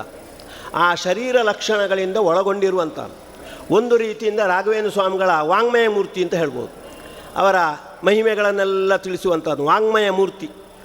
ಹೇಗೆ ಶರೀರದಲ್ಲಿ 32 ಲಕ್ಷಣಗಳಿರಬೇಕೋ ಅದಕ್ಕೆ ಅನುಗುಣವಾಗಿ ರಾಘವೇಂದ್ರ ಇವರು ಅಪ್ಪಣ್ಣಾಚಾರ್ಯರು 32 ಶ್ಲೋಕಗಳನ್ನು ಒಳಗೊಂಡ ಸ್ತೋತ್ರವನ್ನು ಮಾಡಿದ್ದಾರೆ ಅಂದರೆ ಪೆನ್ನು ಮತ್ತು ಕಾಗದವನ್ನು ಹಿಡ್ಕೊಂಡು ಬರೆದದ್ದಲ್ಲ. ಆ ರಾಘವೇಂದ್ರ ಸ್ವಾಮಿಗಳು ಬೃಂದಾವನಸ್ಥರಾದರು ಅನ್ನುವ ಸುದ್ದಿಯನ್ನು ಕೇಳಿ ಅವರು ಎಲ್ಲೋ ತುಂಗಭದ್ರಾದ ಆ ಕಡೆ ಇದ್ದರು ಅವರ ಊರು. ಅಲ್ಲಿಂದ ಬರ್ತಾ ಇದ್ದಾರೆ. ತುಂಗಭದ್ರಲ್ಲಿ ನೆರೆ ಬರ್ತಾ ಇದೆ, ಬರಲಿಕ್ಕೆ ಆಗ್ತಾ ಇಲ್ಲ.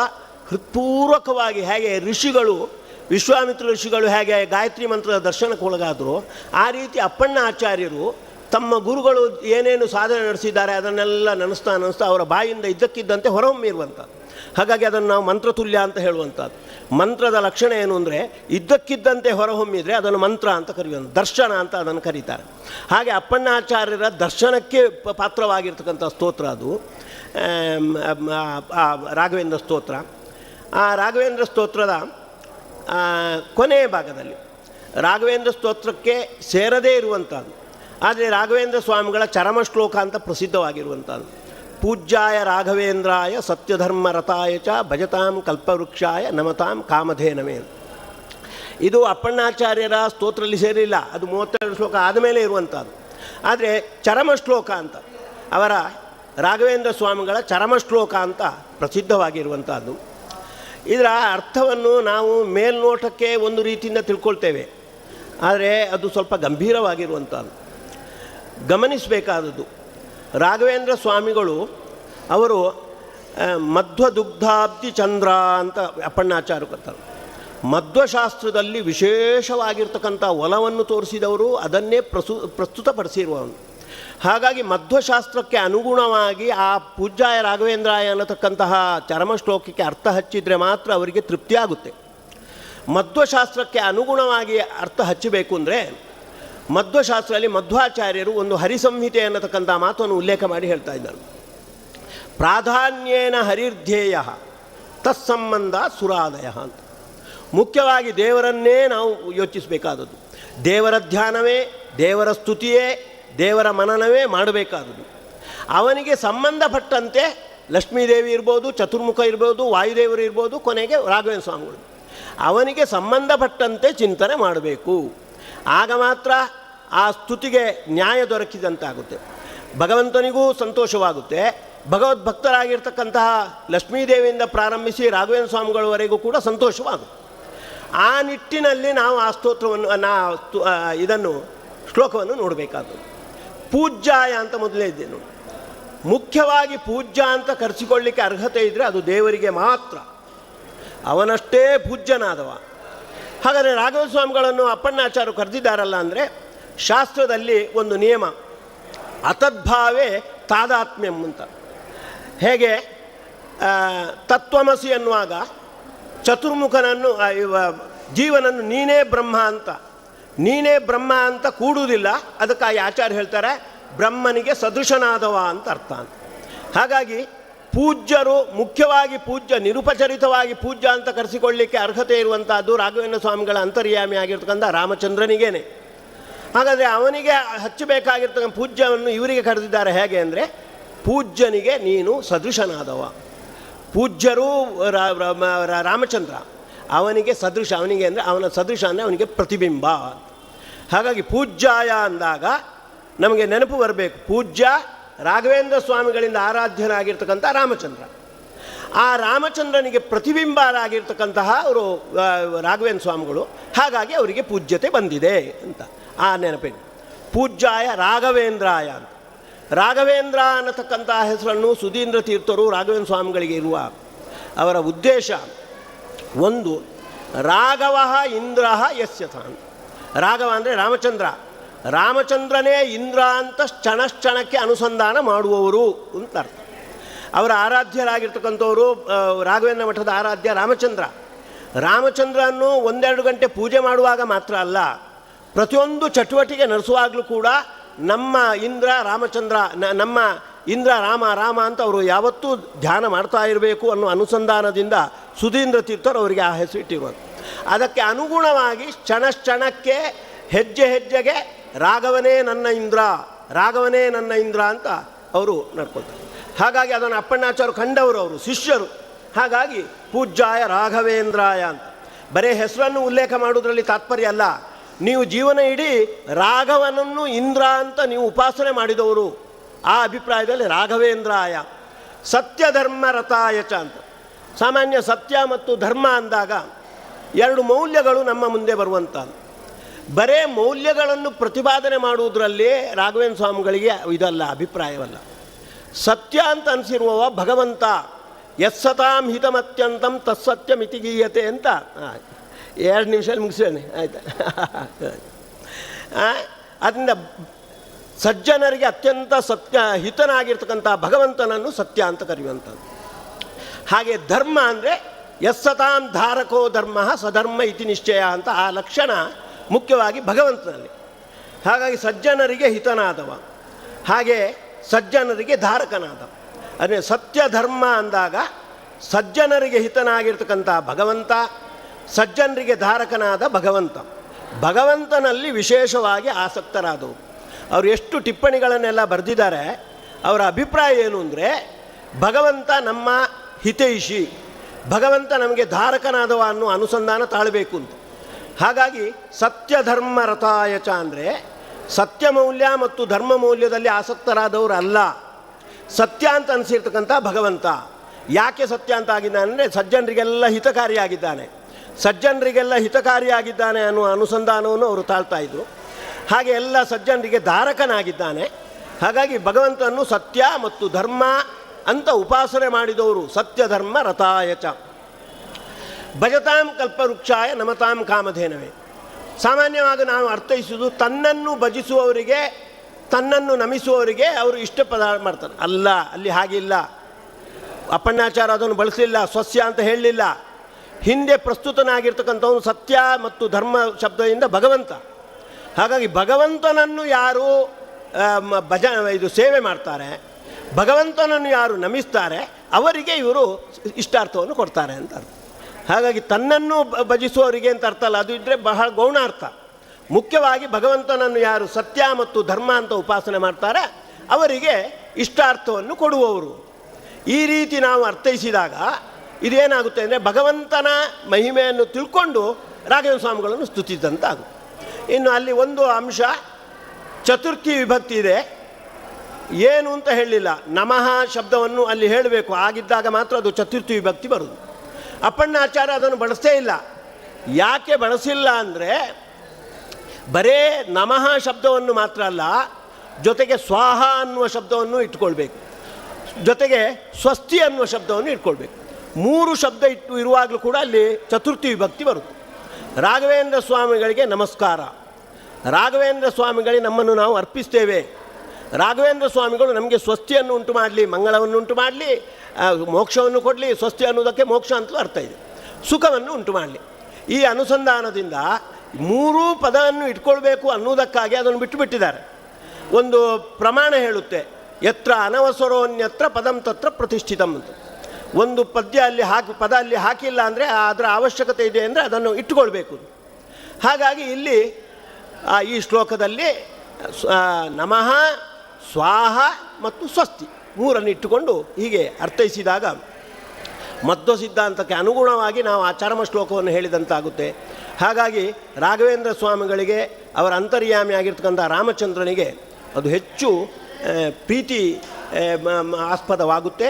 ಆ ರೀತಿ ನಡೆಸೋಣ ಅಂತ ಹೇಳ್ತಾ ಈ ವಾಗ್ಮಯ ಕುಸುಮವನ್ನು ರಾಘವೇಂದ್ರ ಅಂತರ್ಗತನಾಗಿರ್ತಕ್ಕಂಥ ರಾಮಚಂದ್ರಾಭಿನ್ನರಾಗಿರ್ತಕ್ಕಂತಹ ಹಯಗ್ರೀವಾಭಿನ್ನನಾಗಿರ್ತಕ್ಕಂತಹ ವೇದವ್ಯಾಸರಿಗೆ ಅರ್ಪಣೆ ಮಾಡ್ತಾ ಇದ್ದೇನೆ.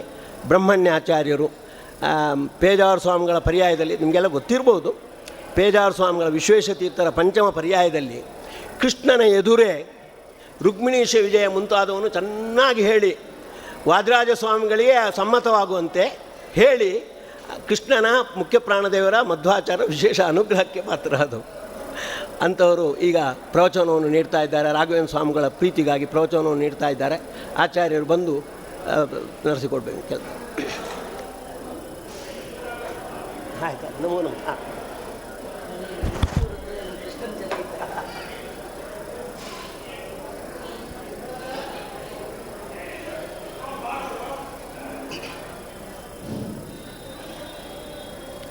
ಶ್ರೀ ಗುರುಭ್ಯೋ ನಮಃ. ಹರಿ ಓಂ. ಜಯತಿ ಹರಿರಚಿಂತ್ಯ ಸರ್ವದೇವೈಕವಂದ್ಯಃ ಪರಮಗುರುರಭೀಷ್ಟಾವಾಪ್ತಿತಃ ಸಜ್ಜನಾನಾಂ ನಿಖಿಲಗುಣಗಣಾರ್ಣೋ ನಿತ್ಯನಿರ್ಮುಕ್ತದೋಷಃ ಸರಸಿಜನಯನೋऽಸೌ ಶ್ರೀಪತಿಂ ಮಾನದೋ ನಃ. ಮೂಕೋಪಿ ಯತ್ಪ್ರಸಾದೇನ ಮುಕುಂದಶಯನಾಯತೆ ರಾಜರಾಜಾಯತೆ ರಿಕ್ತೋ ರಾಘವೇಂದ್ರಂ ತಮಾಶ್ರಯೇ. ತಪಸ್ವಾಧ್ಯಾಯ ಶುಶ್ರೂಷಾ ಕೃಷ್ಣಪೂಜಾರತಂ ಮುನಿಂ ವಿಶ್ವೇಶಂ ಇಷ್ಟದಂ ವಂದೇ ಪರಿವ್ರಾಟ್ ಚಕ್ರವರ್ತಿನಂ. ಆಪಾದಮೌಲಿಪರ್ಯಂತಂ ಗುರೂಣಾಂ ಆಕೃತಿಂ ಸ್ಮರೇತ್. ತೇನ ವಿಘ್ನಾಃ ಪ್ರಣಶ್ಯಂತಿ ಸಿದ್ಧ್ಯಂತಿ ಚ ಮನೋರಥಾಃ. ಶ್ರೀ ಗುರುಭ್ಯೋ ನಮಃ.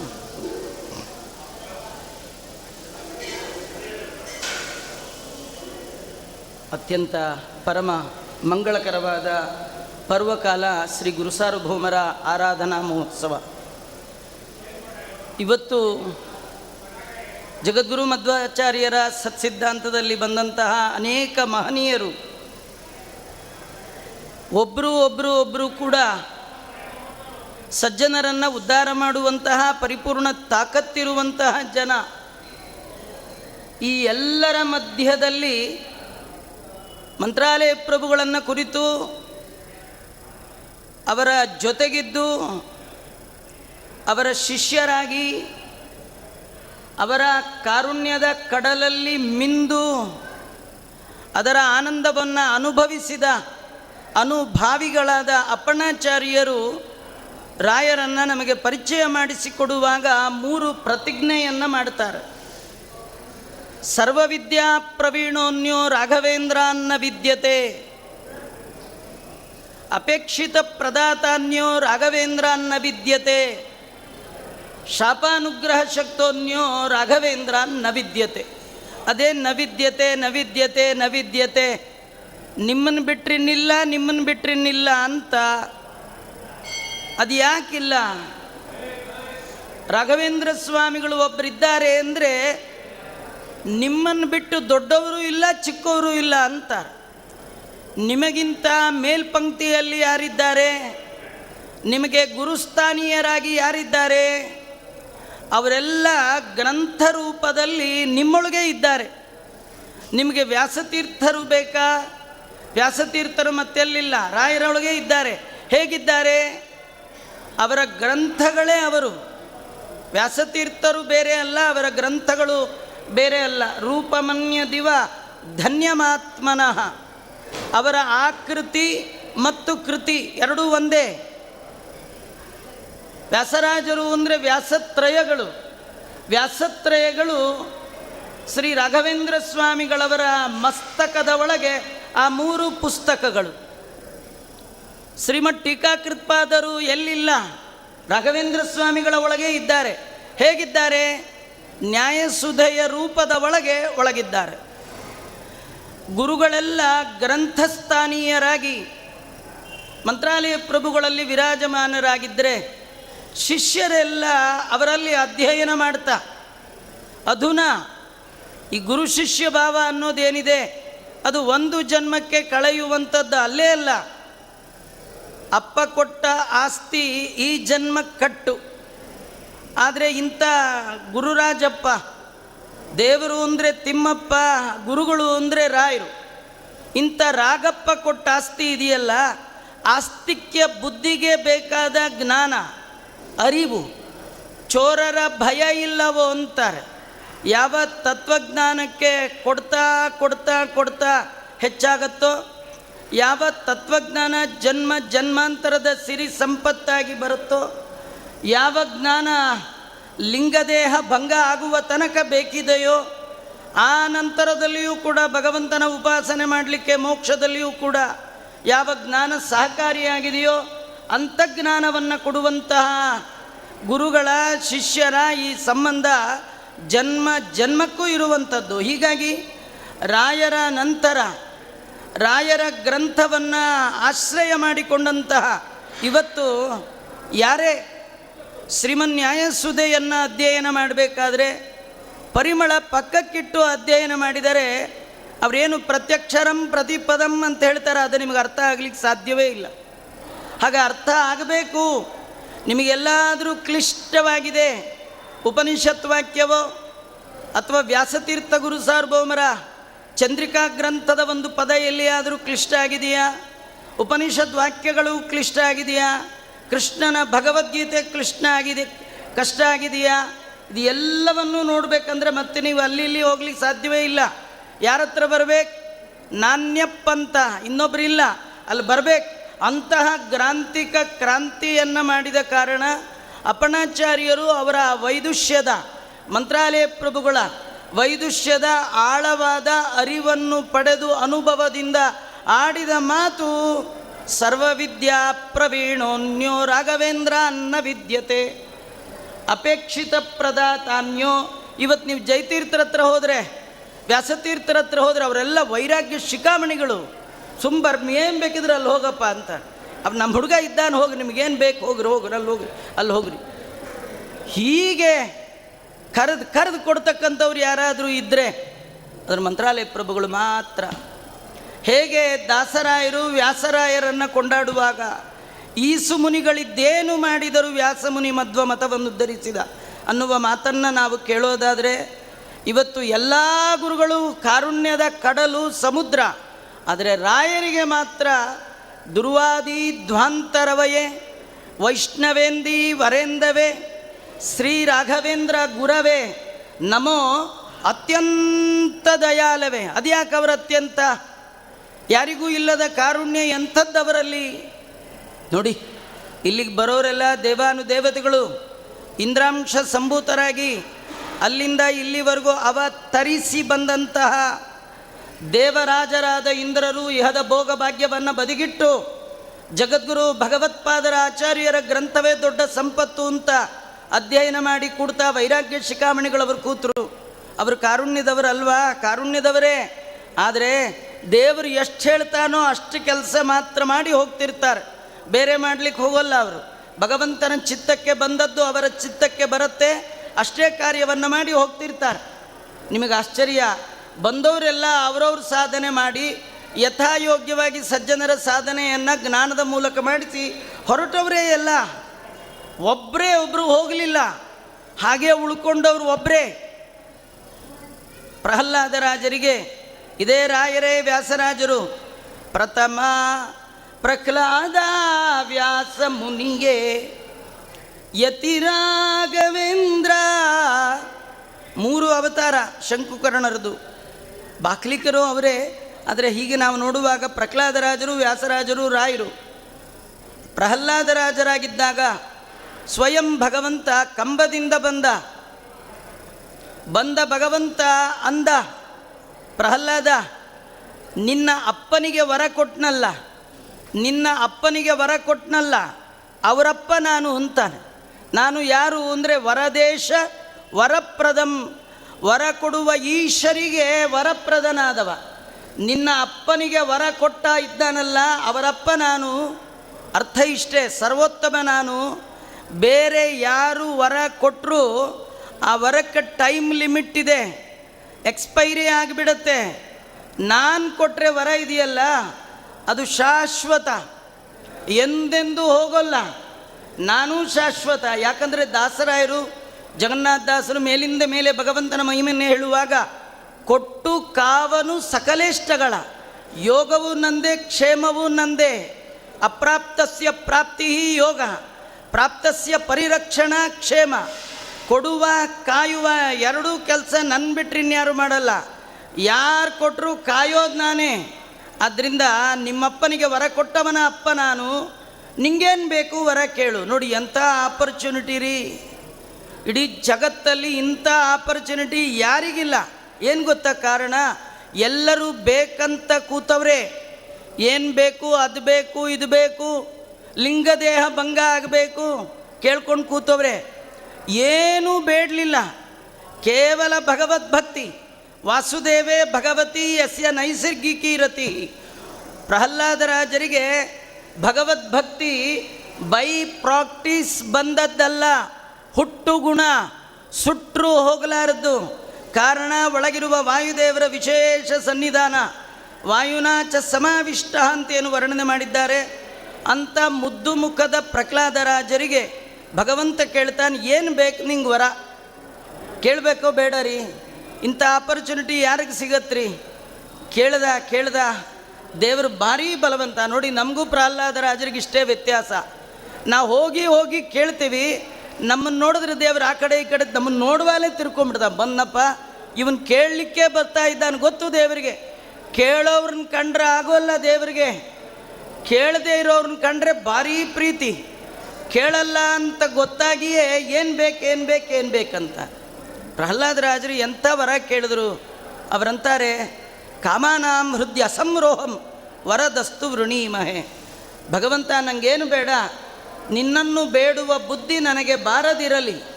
ಅಂದರೆ ಉತ್ತಮ ಭಕ್ತರು ಭಾಗವತದಲ್ಲಿ ಹೇಳುವಾಗ ಸಕಾಮ ಅಕಾಮ ಮೋಕ್ಷ ಕಾಮ ಹೇಳ್ತಾರೆ. ಈ ಪ್ರಹ್ಲಾದರಾಜರು ಸಕಾಮರು ಅಲ್ಲ, ಮೋಕ್ಷಕಾಮರು ಅಲ್ಲ, ಅಕಾಮರು ಅಂದರೆ ಭಗವಂತನನ್ನೇ ಕಾಮಿಸುವವರು. ಜಗನ್ನಾಥದಾಸರಂತಾರೆ, ಮರೆತು ಧರ್ಮಾರ್ಥಗಳ ಕಾಮಿಸುವವರಿಗೆ ನಗುತ್ತಾ ಅತಿ ಶೀಘ್ರ ಕೊಡುತ್ತಿಪ್ಪ ಭಗವಂತ. ಆದರೆ ಏನು ಮರೆತು? ಭಗವಂತನನ್ನು ಮರೆತು ದೇವರನ್ನು ಮರಿಬಾರ್ದು. ದೇವರೇ ಕೊಡ್ತೀನಿ ಅಂತ ಕೇಳಿದ್ರು ಮರಿಬಾರ್ದು. ಏನು ಕೇಳಬೇಕು? ದೇವರೇ ನೀನೇ ಬೇಕು ಕೇಳಿದ್ರು. ಭಗವಂತ ಅಂದ, ಒಂದು ವರ ಕೇಳು, ಏನಾರು ಒಂದು ವರ ಕೇಳು ಅಂತ. ಕಡೆಗೆ ಏನೂ ವರ ಕೇಳಲಿಲ್ಲ. ಕಡೆಗೆ ದೇವರೇ ಹೇಳ್ದ, ಒಂದು ಕೆಲಸ ಮಾಡು, ನೀನು ನನ್ನೊಟ್ಟಿಗೆ ಬಂದುಬಿಡು, ನನ್ನ ಲೋಕಕ್ಕೆ ಕರ್ಕೊಂಡು ಹೋಗ್ತೀನಿ. ಸುಮ್ಮನೆ ನಿಮ್ಗೆ ಉದಾಹರಣೆ ಹೇಳ್ತೇನೆ. 12:30 1 ಗಂಟೆಗೆ ಮಠಕ್ಕೆ ಬಂದಿರ್ತೀರಿ. ಯಾರಾದರೂ ಮಠದಲ್ಲಿ ತುಂಬ ಪರಿಚಯ, ಬನ್ನಿ ನನ್ನೊಟ್ಟಿಗೆ ಬರ್ತೀರಾ ಒಳಗೆ ಅಂದರೆ ಖುಷಿಗೆ ಹೋಗ್ತೀವಿ. ಯಾಕೆಂದರೆ ಊಟ ಆಗತ್ತೆ, ಪ್ರಸಾದ ಸಿಗತ್ತೆ ಅಂತ. ಮೋಕ್ಷದಲ್ಲಿ ಆನಂದ ಭೋಜನ ಮಾಡಲಿಕ್ಕೆ ಮೋಕ್ಷದಲ್ಲಿರೋರಲ್ಲ, ಮೋಕ್ಷದ ಓನರ್, ಮೋಕ್ಷ ಕೊಡುವ ಮುಕುಂದನೇ ಕೈ ಹಿಡಿದು ನನ್ನೊಟ್ಟಿಗೆ ಬಾ ಅಂತ ಕರೆದಾಗ ಪ್ರಹ್ಲಾದರಾಜರು ಎಂಥ ಮಾತು ಹೇಳಿದ್ದಾರ್ರಿ. ಏತಾನ್ ವಿಹಾಯ ಕೃಪಣಾನ್, ಯಾರನ್ನು ತೋರಿಸಿ? ಎಲ್ಲ ದೈತ್ಯ ಬಾಲಕರು, ಯಾರು ಮುದ್ರೆಗೊಪ್ಚನ ಇಲ್ಲ. ಮಧ್ವ ಮತವೇ ಮತವು ಸಕಲ ಶ್ರುತಿ ಸಮ್ಮತವು ಅನ್ನೋರು ಒಬ್ಬರಿರಲಿಲ್ಲ. ಎಲ್ಲ ದೈತ್ಯ ಪ್ರಚಂಡ ಶಿಖಾಮಣಿಗಳು, ಅವರವ್ರ ಮಕ್ಕಳು. ಅವರನ್ನು ತೋರಿಸಿ ರಾಯರಂತ ಇದ್ದಾರೆ ಪ್ರಹ್ಲಾದರಾಜರಾದಾಗ, ಏತಾನ್ವಿಹಾಯ ಕೃಪಣಾನ್, ಇಷ್ಟು ಜನರನ್ನು ಬಿಟ್ಟು ನಾನು ಒಬ್ಬನೇ ನಿನ್ನೊಟ್ಟಿಗೆ ಮೋಕ್ಷಕ್ಕೆ ಬರೋಲ್ಲ. ಅಮ್ಮ ಮಗ ಆರಾಧನೆಗೆ ಬಂದಾಗ ಅಮ್ಮನ ಹೊರಗೆ ನಿಲ್ಲಿಸಿ ಮಗ ಊಟ ಮಾಡ್ಕೊಂಡು ಹೋಗೋ ಜನ ಇರೋ ಕಾಲಕ್ಕೆ ಮೋಕ್ಷಕ್ಕೆ ಬರುವಾಗ ಸಂಬಂಧ ಇಲ್ಲದೆ ಇದ್ದವ್ರನ್ನೂ ಕರ್ಕೊಂಡು ಹೋಗ್ತೀನಿ. ಸಂಬಂಧ ಇಲ್ಲ, ಜಾತಿ ಇಲ್ಲ, ಗೋತ್ರ ಇಲ್ಲ, ಅಂಕಲ್ ಅಲ್ಲ, ಆಂಟಿ ಅಲ್ಲ, ಎಲ್ಲರನ್ನೂ ದೈತ್ಯರನ್ನು, ಕಡೇ ವರ್ಗದ ಜನರನ್ನು ತೋರಿಸಿ ಇವರು ಬರಬೇಕು. ನೋಡಿ ಎಂಥ ಆಶ್ಚರ್ಯ ಇದು. ಇಂತಹ ಒಂದು ಕಾರುಣ್ಯ ಜಗತ್ತಲ್ಲಿ ಯಾರಿಗಾದರೂ ಸಿಗಲಿಕ್ಕೆ ಸಾಧ್ಯ ಇದೆಯಾ? ಅದು ಮಂತ್ರಾಲಯ ಪ್ರಭುಗಳನ್ನು ಹೊರತುಪಡಿಸಿದ್ರೆ. ರಾಘವೇಂದ್ರ ಸ್ವಾಮಿಗಳು ಹಾಗಂದ ತಕ್ಷಣ ದೇವರಿಗೆ ಆಶ್ಚರ್ಯ ಆಯ್ತು. ಅಲ್ಲಯ್ಯ, ಏನೋ ನೀನೊಬ್ಬ ಬಾ, ಏನೋ ಎಲೆ ಮಾಡಿ ಅಡ್ಜಸ್ಟ್ ಮಾಡೋಣ ಅಂದರೆ ನಮ್ಮ ಕಡೆ ಒಂದು 30 ಜನ ಇದ್ದಾರೆ ಅಂದರೆ ನಿನ್ನ ಹ್ಯಾಕೆ ಕರ್ಕೊಂಡು ಹೋಗೋದಪ್ಪ, ನೀನು ಬರಬೇಡ ಅನ್ಬೇಕ ಬೇಡ? ದೇವರಿಗೆ ಪ್ರಹ್ಲಾದರಾಜರಂದರು, ನೋಡು ಇಷ್ಟು ಜನಕ್ಕೆ ಒಳಗೆ ಬಿಡೋದಾದರೆ ಹೇಳಿ ಬರ್ತೇನೆ, ಇಲ್ಲದೆ ನಾನೂ ಬರಲ್ಲ. ಅಲ್ಲ ಬರಲ್ಲ ಬರಲ್ಲ ಅಂದರೆ ಬರಲ್ಲ ಅಂತಲ್ಲ, ಇವ್ರನ್ನೆಲ್ಲ ರೆಡಿ ಮಾಡಿಕೊಂಡೇ ಬರ್ತೀನಿ ಅಂದರು. ದೈತ್ಯನ ರೆಡಿ ಮಾಡೋದು ಅಷ್ಟು ಸುಲಭನೇನ್ರಿ? ಸಾಧ್ಯವೇ ಇಲ್ಲ. ಹೊಸದಾಗಿ ಮಡಿ ಮೈಲಿಗೆ ಕಲಿಸೋದೇ ಕಷ್ಟ. ಕೆಲವ್ರು ಮದುವೆ ಮಾಡ್ಕೊಳ್ಳುವಾಗ ಹುಡುಗಿ ಬೆಳೆದಾಗಿದೆ, ನಿಮ್ಗೆ ಹೇಗೆ ಬೇಕೋ ಅಡ್ಜಸ್ಟ್ ಮಾಡ್ಕೊಳ್ಳಿ, ಎಲ್ಲ ಮಾಡ್ಕೊಳ್ಳಿ ಅಂತಾರೆ. ಏನು ಮಾಡೋದು? ಏನು ಮಾಡಲಿಕ್ಕಾಗಲ್ಲ. ಇದೇ ಆಗಲ್ಲ, ಇನ್ನು ದೈತ್ಯ ಬಾಲಕರನ್ನ ರಿಪೇರಿ ಮಾಡಲಿಕ್ಕೆ ಸಾಧ್ಯವೇ ಇಲ್ಲ. ಅದು ಪ್ರಹ್ಲಾದರಾಜರಂದರು, ಇವರು ರಿಪೇರಿ ಆಗೋವರೆಗೂ ನಾನು ಬರಲ್ಲ ಅಂದರು. ನಿಮಗೆ ಆಶ್ಚರ್ಯ, ಆ ಜನ್ಮದಲ್ಲಿ ರಿಪೇರಿ ಆಗಲಿಲ್ಲ, ಎಲ್ಲರೂ ಹಾಳಾಗಿ ಹೋಗಿಂದ ಬಿಟ್ಟು ಹೋಗ್ಬೇಕ ಬೇಡ, ಹೋಗಲಿಲ್ಲ, ಮತ್ತೊಂದು ಜನ್ಮ ತಗೊಂಡ್ರು. ಅವರು ಪ್ರಹ್ಲಾದರಾಜರಾಗಿರುವಾಗಲೇ 12 ಗುಣಗಳಿಂದ ಭೂಯಿಷ್ಠನಾದ ಭಗವಂತನ ಉಪಾಸನೆ ಮಾಡುವ ಕ್ರಮವನ್ನು ತನ್ನ ಭಕ್ತರಿಗೆಲ್ಲ ಹೇಳಿದ್ರು, ತನ್ನ ಫ್ರೆಂಡ್ಗಳಿಗೆಲ್ಲ ಹೇಳಿದ್ರು, ಜೊತೆಯಲ್ಲಿದ್ದವರಿಗೆಲ್ಲ ಹೇಳಿದ್ರು. ನೋಡಪ್ಪ, ಭಗವಂತ ಅಂದ್ರೆ ಹೇಗೆ ಒಬ್ಬ ಚಿನ್ನ ಬೆಳ್ಳಿಯವ ಭೂಮಿಯೊಳಗಿರುವ ಬಂಗಾರವನ್ನು ಭೂಮಿಯಿಂದ ಬೇರೆ ಮಾಡಿ ನೋಡ್ತಾನೆ, ಹಾಗೆ ಜಗದ ತುಂಬೆಲ್ಲ ತುಂಬಿರುವ ಜನಾರ್ದನನನ್ನು ಜಗತ್ತಿಗಿಂತ ಭಿನ್ನವಾಗಿ ತಿಳಿಬೇಕಾದ್ರೆ ಇಷ್ಟು ಗುಣಗಳಿಂದ ಅವನ ಉಪಾಸನೆ ಮಾಡಬೇಕು ಅಂತ ಏತೈ ದ್ವಾದಶ ಬೀಹಿ 12 ಗುಣಗಳ ಉಪಾಸನೆಯನ್ನು ಆ ಸಂದರ್ಭದಲ್ಲಿ ಮುದ್ದು ಮುಖದ ಪ್ರಹ್ಲಾದರಾಜರು ಹೇಳಿದರು. ಒಂದೇ ಕ್ಲಾಸ್ ತೊಗೊಂಡಿದ್ರಿ, ಸ್ಪೆಷಲ್ ಕ್ಲಾಸ್ ಇಲ್ಲ, ವರ್ಷಾನುಗಟ್ಟೆ ಶಾಲೆ ನಡೆಸಿಲ್ಲ. ಒಂದೇ ದಿನಕ್ಕೆ ಹುಡುಗರು ಎಲ್ಲ 100% ಕೂದಲು ಕಟ್ ಮಾಡಿ, ಶಿಖಾ ಬಿಟ್ಟು, ಉದ್ದಗ ಮುದ್ರೆಗೋಪ್ಚನ ಹಚ್ಚಿ, ಪ್ರಹ್ಲಾದ್ ಗುರುಕುಲ ಬೋರ್ಡ್ ಹಾಕಿ, ನಹರೇ ಪರಮೋ ನಹರೇ ಸದೃಶ ಅಂತ ಕುಣಿದು ಕುಪ್ಪಳಿಸ್ಬಿಟ್ರು. ಹೊರಗೆಲ್ಲೋ ಪೌರೋಹಿತ್ಯಕ್ಕೆ ಹೋಗಿದ್ರೇನೋ ಆಚಾರ್ಯರು ಬಂದು ನೋಡ್ತಾರೆ, ಬೋರ್ಡೇ ಚೇಂಜು, ಹುಡುಗರು ಒಬ್ಬರಿಲ್ಲ, ಎಲ್ಲ ನ್ಯೂ ಅಡ್ಮಿಷನ್. ಹತ್ತಿರ ನೋಡಿದ್ರು, ಹುಡುಗರು ಸೇಮ್, ವೇಷ ಚೇಂಜ್. ನೋಡಿ, ಮೊದಲು ವೇಷ ಚೇಂಜ್ ಆಗಬೇಕು, ಆಮೇಲೆ ಭಾಷೆ ಭಾವನೆ ಚೇಂಜ್ ಆಗುತ್ತೆ. ವೇಷಕ್ಕೂ ಭಾಷೆಗೂ ಸಂಬಂಧ ಇಲ್ಲ ಅಂದ್ಕೋಬೇಡಿ. ವೇಷ ಮೇಲಿನ ಸಂಸ್ಕಾರ, ಸಂಸ್ಕೃತದ ಒಳಗಿರುವ ಸಂಸ್ಕಾರ ಹೃದಯದ ಒಳಗೆ ಬರಬೇಕಾದ್ರೆ ಬಹಿಶುಚಿ ಮುಖ್ಯ. ಪ್ರಹ್ಲಾದರಾಜರು ಮಾಡಿದ್ರು, ಆಶ್ಚರ್ಯ ಆಯಿತು. ಆದರೆ ಹುಡುಗರು ಪೂರ್ಣ ಪ್ರಮಾಣದ ರಿಪೇರಿ ಆಗಲಿಲ್ಲ, ಬರೀ ವೇಷ ಮಾತ್ರ ಚೇಂಜ್ ಆಯಿತು. ಮತ್ತೊಮ್ಮೆ ಬಂದರು, ಅವರು ಹೇಳಿದ ಮಾತುಗಳಿಗೆ ಮತ್ತೆ ವ್ಯಾಖ್ಯಾನ ಮಾಡಲಿಕ್ಕೆ ವ್ಯಾಸತ್ರಯ ಗ್ರಂಥವನ್ನು ವ್ಯಾಸತೀರ್ಥರಾಗಿ ಬಂದು ರಚನೆ ಮಾಡಿ ಎಲ್ಲರಿಗೆ ಸಜ್ಜನರಿಗೆ ಉಪದೇಶ ಮಾಡಿದ್ರು. ಇವತ್ತು ಯಾವುದಾದ್ರೂ ಒಂದು ಗ್ರಂಥ ಉಸಿರಾಡ್ತಾ ಇದೆ ಅಂದರೆ ಅದು ನ್ಯಾಯಾಮೃತ. ಅವತ್ತಿನಿಂದ ಇವತ್ತಿನ ತನಕ ಅದರ ಮೇಲೆ ವಾಕ್ಯಾರ್ಥಗಳು, ವ್ಯಾಸತೀರ್ಥರ ಮಾತುಗಳ ಮೇಲೆ ಮಾತುಗಳು, ಮಾತುಗಳ ಮೇಲೆ ಮಾತುಗಳು ಅದನ್ನ ನಡ್ಕೊಂಡು ಬರ್ತಾ ಇದೆ ಅಂದರೆ ಎಂಥ ಅದ್ಭುತವಾದ ಗ್ರಂಥ. ನೇತ್ರಾಣಿ ವತ್ರಯೋಪಿ ತ್ರಿಜಗತೀಂದ್ರ ಹರೇ ಇಂದತೆ ಯತ್ ಪ್ರಬಂಧ. ಆ ವ್ಯಾಸರಾಜರ ಮಾತುಗಳು.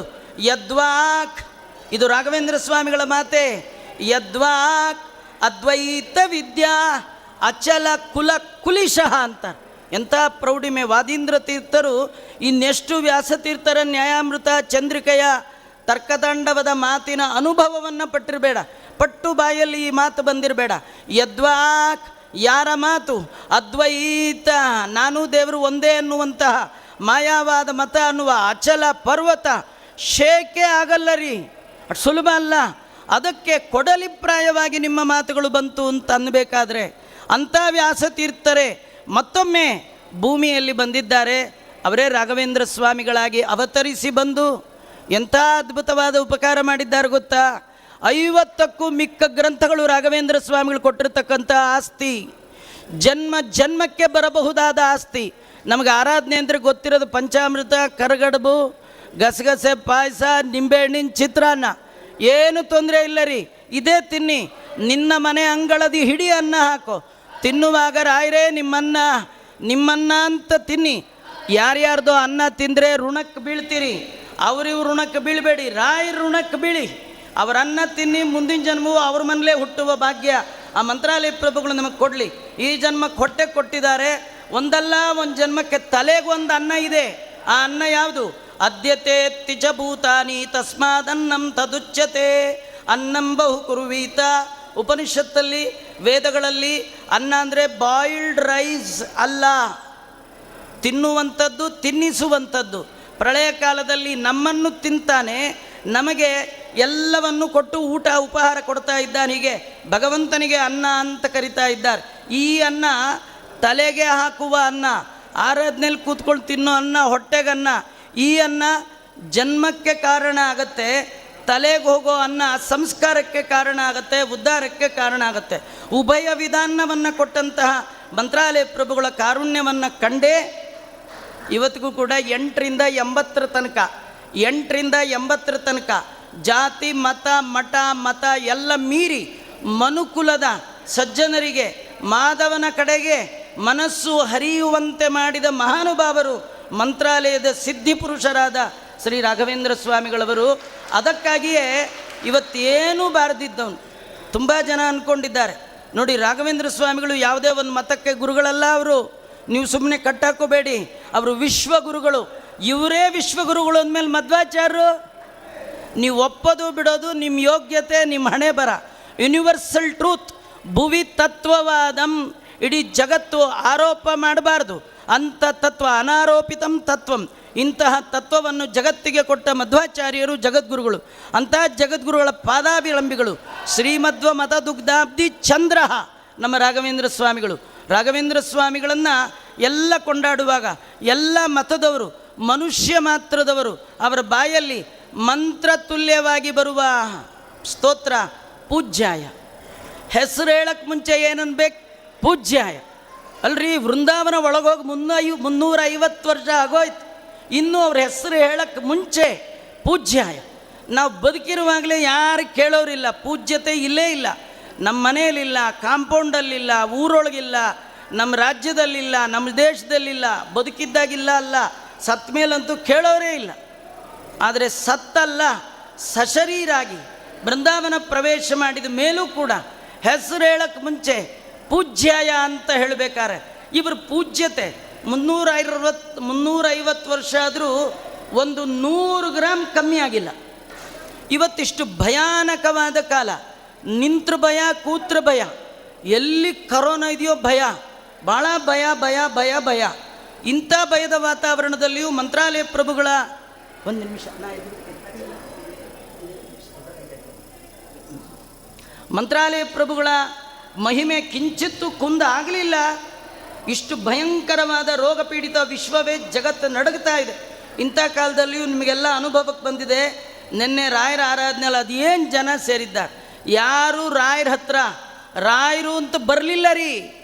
ನಿನ್ನೆ ಬರೋರಿಗೆಲ್ಲ ಇದ್ದದ್ದು ರಾಯರು ನೋಡಿ ಡಾಕ್ಟ್ರ್ ಹತ್ರ ಬರ್ತಾ ಇದ್ದೀವಿ ಅಂತ. ರೋಗಹರನೇ ಕೃಪಾ ಸಾಗರ ಶ್ರೀಗುರು. ಜಗತ್ತಲ್ಲಿ ಎಲ್ಲ ಡಾಕ್ಟ್ರು ಇಂಜೆಕ್ಷನ್ ಕೊಡುವಾಗ ಈ ಡಾಕ್ಟ್ರ್ ಕೈ ಮುಗಿಬೇಕ್ರಿ. ಈ ಡಾಕ್ಟ್ರು ಇನ್ನೊಬ್ಬರು ಹಿಡ್ಕೊಂಡಿದ್ದಾರೆ, ಅವರು ದೊಡ್ಡ ಡಾಕ್ಟ್ರು. ಯಾರಂದರೆ ಹನುಮಂತ ದೇವರು. ಅವ್ರಿಗಿಂತೂ ದೊಡ್ಡ ಡಾಕ್ಟ್ರು ಒಬ್ಬರಿದ್ದಾರೆ. ವೈದ್ಯ ಬಂದ ನೋಡಿ ವೆಂಕಟನೆಂಬ ವೇದ್ಯೋ ವೈದ್ಯ. ಸ್ಪೆಷಲ್ ಏನು ಗೊತ್ತಾ, ನಮ್ಮ ದೇವರು ವೈದ್ಯನೂ ಹೌದು, ಔಷಧಿನೂ ಹೌದು. ಈ ಡಾಕ್ಟ್ರು ವೈದ್ಯರು, ಔಷಧಿ ಅಲ್ಲ.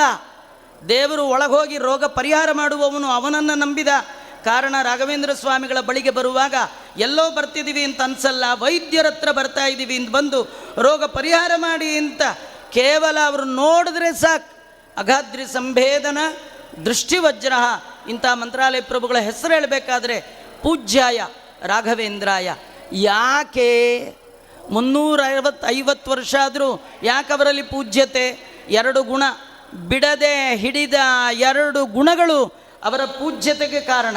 ಒಂದು ಸತ್ಯರಥರು, ಇನ್ನೊಂದು ಧರ್ಮರಥರು. ಪೂಜ್ಯ ಆಚಾರ್ಯರು ಆಗಲೇ ಬೇಕಾದಷ್ಟು ಅದ್ರ ಬಗ್ಗೆ ಹೇಳಿದರು. ನನ್ನಾಲಿಗೆ ಶುದ್ಧಿಗೋಸ್ಕರ ಹೇಳ್ತಾ ಇದ್ದೇನೆ.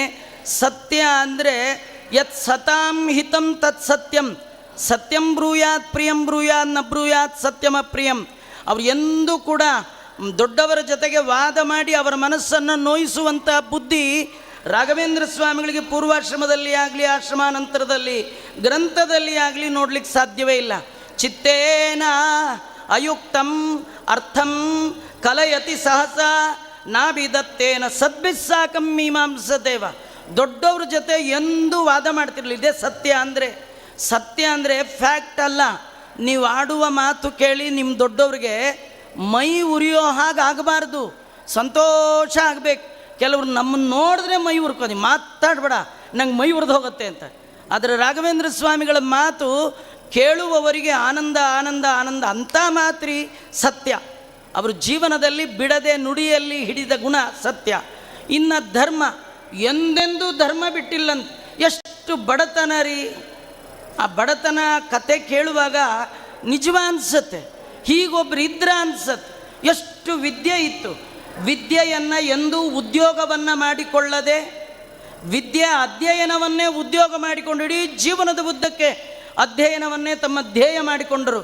ನಮಗೊಂದು 2 ಪುಣ್ಯವಾಚನೆ ಬಂದರೆ ಸಾಕು, ಅರ್ಧ ವೈದಿಕ ಮಂತ್ರ ಬಂದರೆ ಸಾಕು, 2-3 ಶ್ಲೋಕ ಬಂದರೆ ಸಾಕು, ಪಾಠ ಪ್ರವಚನ ಪುರೋಹಿತ ಬ್ಯುಸಿಯೆಸ್ಟ್ ಮ್ಯಾನ್, ಸರ್ವ ವಿದ್ಯಾ ಪ್ರವೀಣೋನ್ಯೋ. ರಾಘವೇಂದ್ರ ಸ್ವಾಮಿಗಳಿಗೆ ಪೂರ್ವಾಶ್ರಮದಲ್ಲಿ ಮಹಾಭಾಷ್ಯಕಾರ ಅಂತ ಸುಧೀಂದ್ರ ತೀರ್ಥರು ಕೊಟ್ಟಿದ್ದರು. ಯಾರೋ ಯಾವುದೋ ಸಂಘ ಮಹಿಳಾ ಮಂಡಳಿ ಕೊಟ್ಟದ್ದಲ್ಲ, ಸುಧೀಂದ್ರ ತೀರ್ಥರು ಕೊಟ್ಟದ್ದು. ಅಂತಹ ವಿದ್ವಾಂಸರು ಎಂದೂ ಕೂಡ ಪಾಠ ಹೇಳಿ ದುಡ್ಡು ಮಾಡೋಣ ಪ್ರವಚನ ಮಾಡಿ ಬರಲೇ ಇಲ್ವಲ್ರಿ. ನಮ್ಗೆ ಈ ಗುಣ ಯಾವ ಜನ್ಮಕ್ಕೆ ಬರುತ್ತ್ರಿ? ಬರಲ್ಲ ಬರಲ್ಲ ಬರಲ್ಲ. ಕಂಡರೆ ಬಾರದು, ಕಲಿತರೆ ಬಾರದು, ಹುಟ್ಟು ಗುಣ, ಅದು ಸತ್ಯ. ಧರ್ಮ ಯಾವ ಕಾಲಕ್ಕೂ ಅಧರ್ಮಕ್ಕೆ ಹೋಗಲಿಲ್ಲಂತೆ. ಮತ್ತು ಸತ್ಯ ಧರ್ಮ ಬೇರೆ ಬೇರೆ ಅಲ್ಲರಿ. ರಾಘವೇಂದ್ರ ಸ್ವಾಮಿಗಳಿಗೆ ಪೂಜ್ಯತೆ ಕಾರಣ ಸತ್ಯಧರ್ಮ ರಥರು. ಸತ್ಯಧರ್ಮ ಒಂದೇ ಶಬ್ದ. ಸತ್ಯ ಅಂದರೆ ಸತ್ಯಂ ಪರಂ ಧೀಮಹಿ, ಭಾಗವತದಲ್ಲಿ ಭಗವಂತನ ಹೆಸರು ಸತ್ಯ. ಸತ್ಯ ಧರ್ಮ ಅಂದರೆ ಭಾಗವತದ ಧರ್ಮ. ಆ ಭಾಗವತದ ಧರ್ಮ 30. ಅದರಲ್ಲಿ ಒಂದೇ ಒಂದು ಧರ್ಮ ಹೇಳಿ ನಾನು ಉಪನ್ಯಾಸ ಮುಗಿಸ್ಬಿಡ್ತೀನಿ. 30 ಧರ್ಮಗಳನ್ನು ಏಕಾದಶ ಸ್ಕಂದದಲ್ಲಿ ಹೇಳ್ತಾರೆ. ಭಾಗವತದಲ್ಲಿ ಅಲ್ಲಲ್ಲಿ ಆ ಧರ್ಮಗಳ ವರ್ಣನೆ ಮಾಡುತ್ತೆ. ಅದರಲ್ಲಿ ಒಂದು ಯಾವದರ್ಥ ಪರಿಗ್ರಹ. ಇದೊಂದು ದೊಡ್ಡ ಧರ್ಮ. ಯಾವದರ್ಥ ಪರಿಗ್ರಹ, ಎಷ್ಟು ಬೇಕೋ ಅಷ್ಟು ಅರ್ಥವನ್ನು ಸ್ವೀಕಾರ, ದುಡ್ಡು ಸಂಪಾದನೆ ಮಾಡಬೇಕಂತ. ರಾಘವೇಂದ್ರ ಸ್ವಾಮಿಗಳು ಎಂದೂ ಕೂಡ ನಾಳೆಗಿರಲಿ ನಾಡಿಗಿರಲಿ ಅಂತ ಇಟ್ಕೊಂಡೇ ಇಲ್ಲಂತ. ದಾಸರಂತಾರೆ, ಹರಿದಾಸನಾದರೆ ಹೀಗಿರಬೇಕು, ರಾಯರು ನೋಡಿ ಕಲೀರಿ ಹೇಗಿರಬೇಕು ಅಂತ ಹೇಳುವಾಗ ರಾಘವೇಂದ್ರ ಸ್ವಾಮಿಗಳು ಪೂರ್ವಾಶ್ರಮದಲ್ಲಿ ಪಾಠ ಪ್ರವಚನ ನೋಡಿ ಯಾರಿಗೋ ಭಾರಿ ಸ್ಫೂರ್ತಿ ಬಂದು ದಾನ ಮಾಡೋದಾದರೆ ಇಂಥ ಆಚಾರ ಕೊಡಬೇಕು, ಎಷ್ಟು ಚೆನ್ನಾಗಿ ಹೇಳ್ತಾರೆ ಪುರಾಣ ಅಂದ್ಕೊಂಡು ಒಂದು ಸೇರು ಅಕ್ಕಿ, ಅರ್ಧ ಸೇರು ಬೇಳೆ, ಒಂದು 4 ಬೆಲ್ದಚ್ಚು, 10 ರೂಪಾಯಿ ಏನಾರು ಹಿಡ್ಕೊಂಬಂದ್ಬಿಟ್ರೆ ರಾಯರಿಗೆ ಗಾಬರಿ ಅಂತ. ಹಿಡ್ಕೊಂಡು ಬರೋರು ನೋಡಿದ್ರೆ ಗಾಬರಿ, ನಮಗೆ ಯಾರೂ ಬರಲಿಲ್ವೇ ಅಂತ ಗಾಬರಿ, ಒಬ್ಬರು ಏನೂ ಕೊಡ್ತಾ ಇಲ್ವೇ ನಮ್ಗೆ ಗಾಬರಿ. ರಾಯರು ದೂರದಲ್ಲಿ ಯಾರ್ಯಾರು ವಿಳ್ಳದಲ್ಲಿ ಅಡಿಕೆ ಇಟ್ಕೊಂಡು ಕೂತಿದ್ದಾರೆ ಅಂದ್ರೇ ಮನೆಗೆ ಹೋಗ್ಬಿಡೋರು. ಇಲ್ಲ ವೆಂಕಟನಾಥ ಭಟ್ರು ಇಲ್ಲ. ಕಡೆಗೆ ಅವರು ಹುಡುಕೊಂಡು ಅಡ್ರೆಸ್ ತೊಗೊಂಡು ವೆಂಕಟನಾಥ ಭಟ್ರ ಮನೆಗೆ ಬಂದರೆ ಮನೆಯಲ್ಲಿ ಅವರ ಮುಂದೆ ಇಟ್ಟು ಸ್ವಾಮಿ ಸ್ವೀಕಾರ ಮಾಡಬೇಕು ಅಂತಂದರೆ ಅವ್ರು ಹೇಳೋರಂತೆ, ಅಯ್ಯೋ ಅಯ್ಯೋ ಎಷ್ಟೊಂದು ತಂದುಬಿಟ್ಟಿದ್ದೀರಿ, ತಂದಿರೋದು 1 kg ಅಕ್ಕಿ, ಇಷ್ಟೊಂದು ತಂದುಬಿಟ್ಟಿದ್ದೀರಲ್ಲ. ನಮ್ಮಲ್ಲಿರೋರು 3 ಜನ, ನಾನು, ನನ್ನ ಹೆಂಡತಿ, ನನ್ನ ಮಗ. ಅವು ನಿಜವಾಗಿಯೂ ರಾಯರ ಸಾಧನೆ ಹಿನ್ನೆಲೆಯಲ್ಲಿ ಆ ಹೆಂಡತಿ ಮಕ್ಕಳ ಕತೆ ಭಾರಿ ದೊಡ್ಡದ್ರಿ. ಅವರಂತಾರೆ, ನಾನು 1 ಹೆಂಡತಿ 1 ಮಗ, ಇಷ್ಟಕ್ಕೆ ಯಾಕೆ ಅಕ್ಕಿ ಅಂತ ಹೇಳಿ ಒಳಗಿಂದ ಪಾತ್ರೆ ತರಿಸಿ ಒಪ್ಪತ್ತಿಗೆ ಬೇಕಾಗುವಷ್ಟು ಅಕ್ಕಿ ತೊಗೊಂಡು ಮಿಕ್ಕಿದ್ದು ನನ್ನ ಪಕ್ಕದ ಮನೆ ಬ್ರಾಹ್ಮಣರು ಕೊಡಿ ಇನ್ನೋರಂತ. ನಮಗೆ ಇವತ್ತು ಎಷ್ಟು ಸೈಟ್ ಇದ್ದರೂ ಇನ್ನೂ ಒಂದು ಸೈಟ್ ಬೇಕಿದೆ, ಏನೋ ವಿಧಾನಸೌಧ ಸೇಲ್ಗಿಟ್ಟಿಲ್ಲ, ಇಲ್ಲರ ಅದು ತೊಗೊಂಡ್ಬಿಟ್ಟಿರ್ತಿದ್ವಿ. ಇಂಥ ದುರ್ಬುದ್ಧಿಯ ನಾವೆಲ್ಲಿ ರಾಯರದು 1000 ವರ್ಷ ಪಾದೋದಕ ಕುಡಿದ್ರು, ಪಂಚಾಮೃತ ಕುಡಿದ್ರು, ಅಲಂಕಾರದಲ್ಲಿ ಕೂತರು, ಅವರ ಎಂಜಲಲ್ಲೇ ಬಳದ್ರು. ಅವ್ರ ಗುಣದಲ್ಲಿ ಒಂದು ಗುಣ ಬರೋದು ಕಷ್ಟ. ಎಷ್ಟು ಧೈರ್ಯ ಬೇಕ್ರಿ, ಇಷ್ಟೇ ಧೈರ್ಯ. ನಾಳೆಗೆ ದೇವರು ಕೊಡ್ತಾನೆ ಅನ್ನೋ ಧೈರ್ಯ ಇಲ್ಲ ನಮಗೆ. ಪುರಾಣ ಹೇಳು ಅಂದರೆ ಬೇಕಾದ್ದು ಹೇಳ್ತೀವಿ. ನಾಳೆಗೆ ದೇವರು ಕೊಡ್ತಾನೆ ಅನ್ನೋ ನಂಬಿಕೆ ಇದೆಯಾ ನಿಮಗೆ? ಜಗದ್ರಕ್ಷಕ ಅಂತ ಗಂಟುಗಟ್ಟಲೆ ಹೇಳ್ತೇವೆ, ನಿಮ್ಮ ಮನೆ ರಕ್ಷಕ. ನಿನಗಿರುವ ಚಿಂತೆ ನಮ್ಮ ಅನಿರುದ್ಧಗಿಲ್ಲೇನೋ? ರಾಘವೇಂದ್ರ ಸ್ವಾಮಿಗಳು ನಂಬಿದ ತತ್ವ ಅದೇ ಅಪರಿಗ್ರಹ. ಯಾವದರ್ಥ ಪರಿಗ್ರಹ, ಎಷ್ಟು ಬೇಕೋ ಅಷ್ಟೇ. ನಾವು ಒಂದು ಕೈಯಲ್ಲಿ ಹೀಗಂತಿರ್ತೀವಿ, ಒಂದು ಕೈಯಲ್ಲಿ ಡಬ್ಬಿ ಮುಂದೆ ತಳ್ಳಿರ್ತೀವಿ. ನಮ್ಮದು ಬೇರೆ, ನಮ್ಮದು ರಾಯರಿಗೂ ಅರ್ಥ ಆಗಲ್ಲ, ಇವಂದು ಯಾವುದು ರಥ ಅಂತ ಗೊತ್ತೇ ಆಗಲ್ಲ. ರಾಯರದು ಯಾವದರ್ಥ, ಇದು ಭಾಗವತದ ಧರ್ಮ, ಇದರಲ್ಲಿ ರೂಢರಾದ ಕಾರಣ ಭಜತಾಂ ಕಲ್ಪವೃಕ್ಷ ಆಚಾರ್ಯರು ದೊಡ್ಡ ಅರ್ಥವನ್ನು ಹೇಳಿದ್ರು. ತುಂಬ ಸಂತೋಷ ಆಯಿತು. ನೀವು ಸಣ್ಣ ಅರ್ಥವನ್ನು ತಿಳ್ಕೊಳ್ಳೋದು ಅಂದರೆ ಭಜ ಸೇವಾ ಅಂತ ಧಾತು. ಯಾರು ಆರಾಧನೆ ಕಾಲದಲ್ಲಿ ಬಂದು ಅವ್ರಿಗೊಂದು 3 ಪ್ರದಕ್ಷಿಣೆ ಮಾಡಿಬಿಟ್ರೆ ಸಾಕು. ಬೃಂದಾವನದ ಬಳಿಗೆ ಬಂದು ಒಂದು 3 ಪ್ರದಕ್ಷಿಣೆಯೋ 4 ಪ್ರದಕ್ಷಿಣೆಯೋ ಕೈ ಮುಗಿದು, ಏನೂ ಬರಲ್ಲ ಸ್ವಾಮಿ, ನಾನು ನಿಮ್ಮ ಮತದಲ್ಲೇ ಹುಟ್ಟಿದ್ದೀನಿ, ನೀವು ಹಚ್ಕೊಂಡು ಗೋಪಚಾನ ನಾನು ಹಚ್ಕೊಂಡಿದ್ದೀನಿ, ಚೂರು ನೋಡಿ ನನ್ನೂ ಒಂಚೂರು ನೋಡಿ, ಕರುಣೆಯಿಂದ ಅವರು ನೋಡಿಬಿಟ್ರೆ ಕಲ್ಪವೃಕ್ಷ. ಆ ದೇವಲೋಕದ ಅದೇ ಸೇಮ್ ಅಲ್ಲ ರೀ, ಅದೇನು ಪ್ರಯೋಜನ ಇಲ್ಲ, ಕೇಳಿದ್ದೆಲ್ಲ ಕೊಟ್ಬಿಡತ್ತೆ.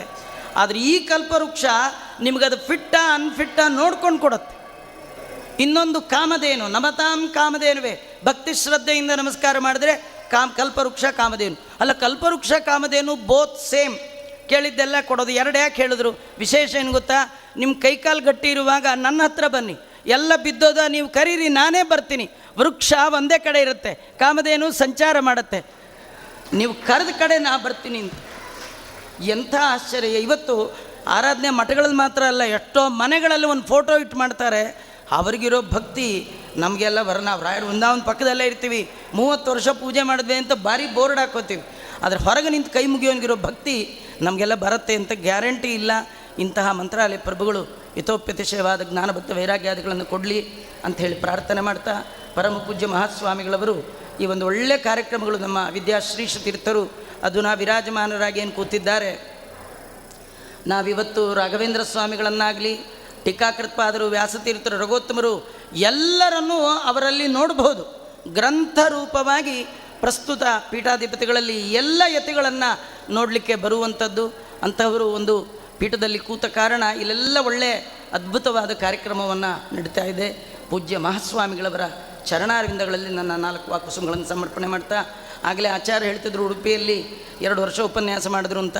ನಿಜವಾಗಿ ಅದು ಅವ್ರ ಸೀಟು, ನಾನಿದ್ದೆ ಅಂತ ಒಂಚೂರು ನಂಗೊಂಚೂರು ಸರಿದು ಕೊಟ್ಟರು. ನಿಜವಾಗಿ ದೊಡ್ಡ ಗುಣ, ಅಪರೂಪದ ಆಚಾರ್ಯರು, ತುಂಬ ದೊಡ್ಡ ವಿದ್ವಾಂಸರು. ಎಷ್ಟು ಹೇಳಿದ್ರು ಕಡಿಮೆ. ಅವರು ಎಷ್ಟು ದೊಡ್ಡ ವಿದ್ವಾಂಸರು ಅಷ್ಟು ಹೇಳಕ್ಕೆ ನನ್ನ ಹೈಟ್ ಸಾಲದು, ವಿದ್ಯೆ ಒಳಗೂ ಸಾಲದು, ಯಾವುದ್ರೊಳಗೂ ಸಾಲದು ಅಂತ ಹೇಳ್ತಾ ಪೂಜ್ಯ ಆಚಾರ್ಯರ ಪಾದಾರವಿಂದಗಳಲ್ಲಿ ಸಾಷ್ಟಾಂಗ ನಮಸ್ಕಾರಗಳನ್ನು ಮಾಡ್ತಾ ನನ್ನ 4 ಮಾತುಗಳನ್ನು ಮುಗಿಸ್ತಾ ಇದ್ದೇನೆ. ಶ್ರೀಕೃಷ್ಣ ಅರ್ಪಣಮಸ್ತು. ಸರ್ವೇಂದ್ರಿಯ ಪ್ರೇರಕೇಣ ಶ್ರೀಪ್ರಾಣಪತಿ ನೀರಿತಃ ಯದವೋಚ ಮಹಂತೇನ ಪ್ರಿಯತಾಂ ಕಮಲಾಲಯ ಮಧ್ವೇಶ ಅರ್ಪಣಮಸ್ತು. ಕೃಷ್ಣಾರ್ಪಣಮಸ್ತು.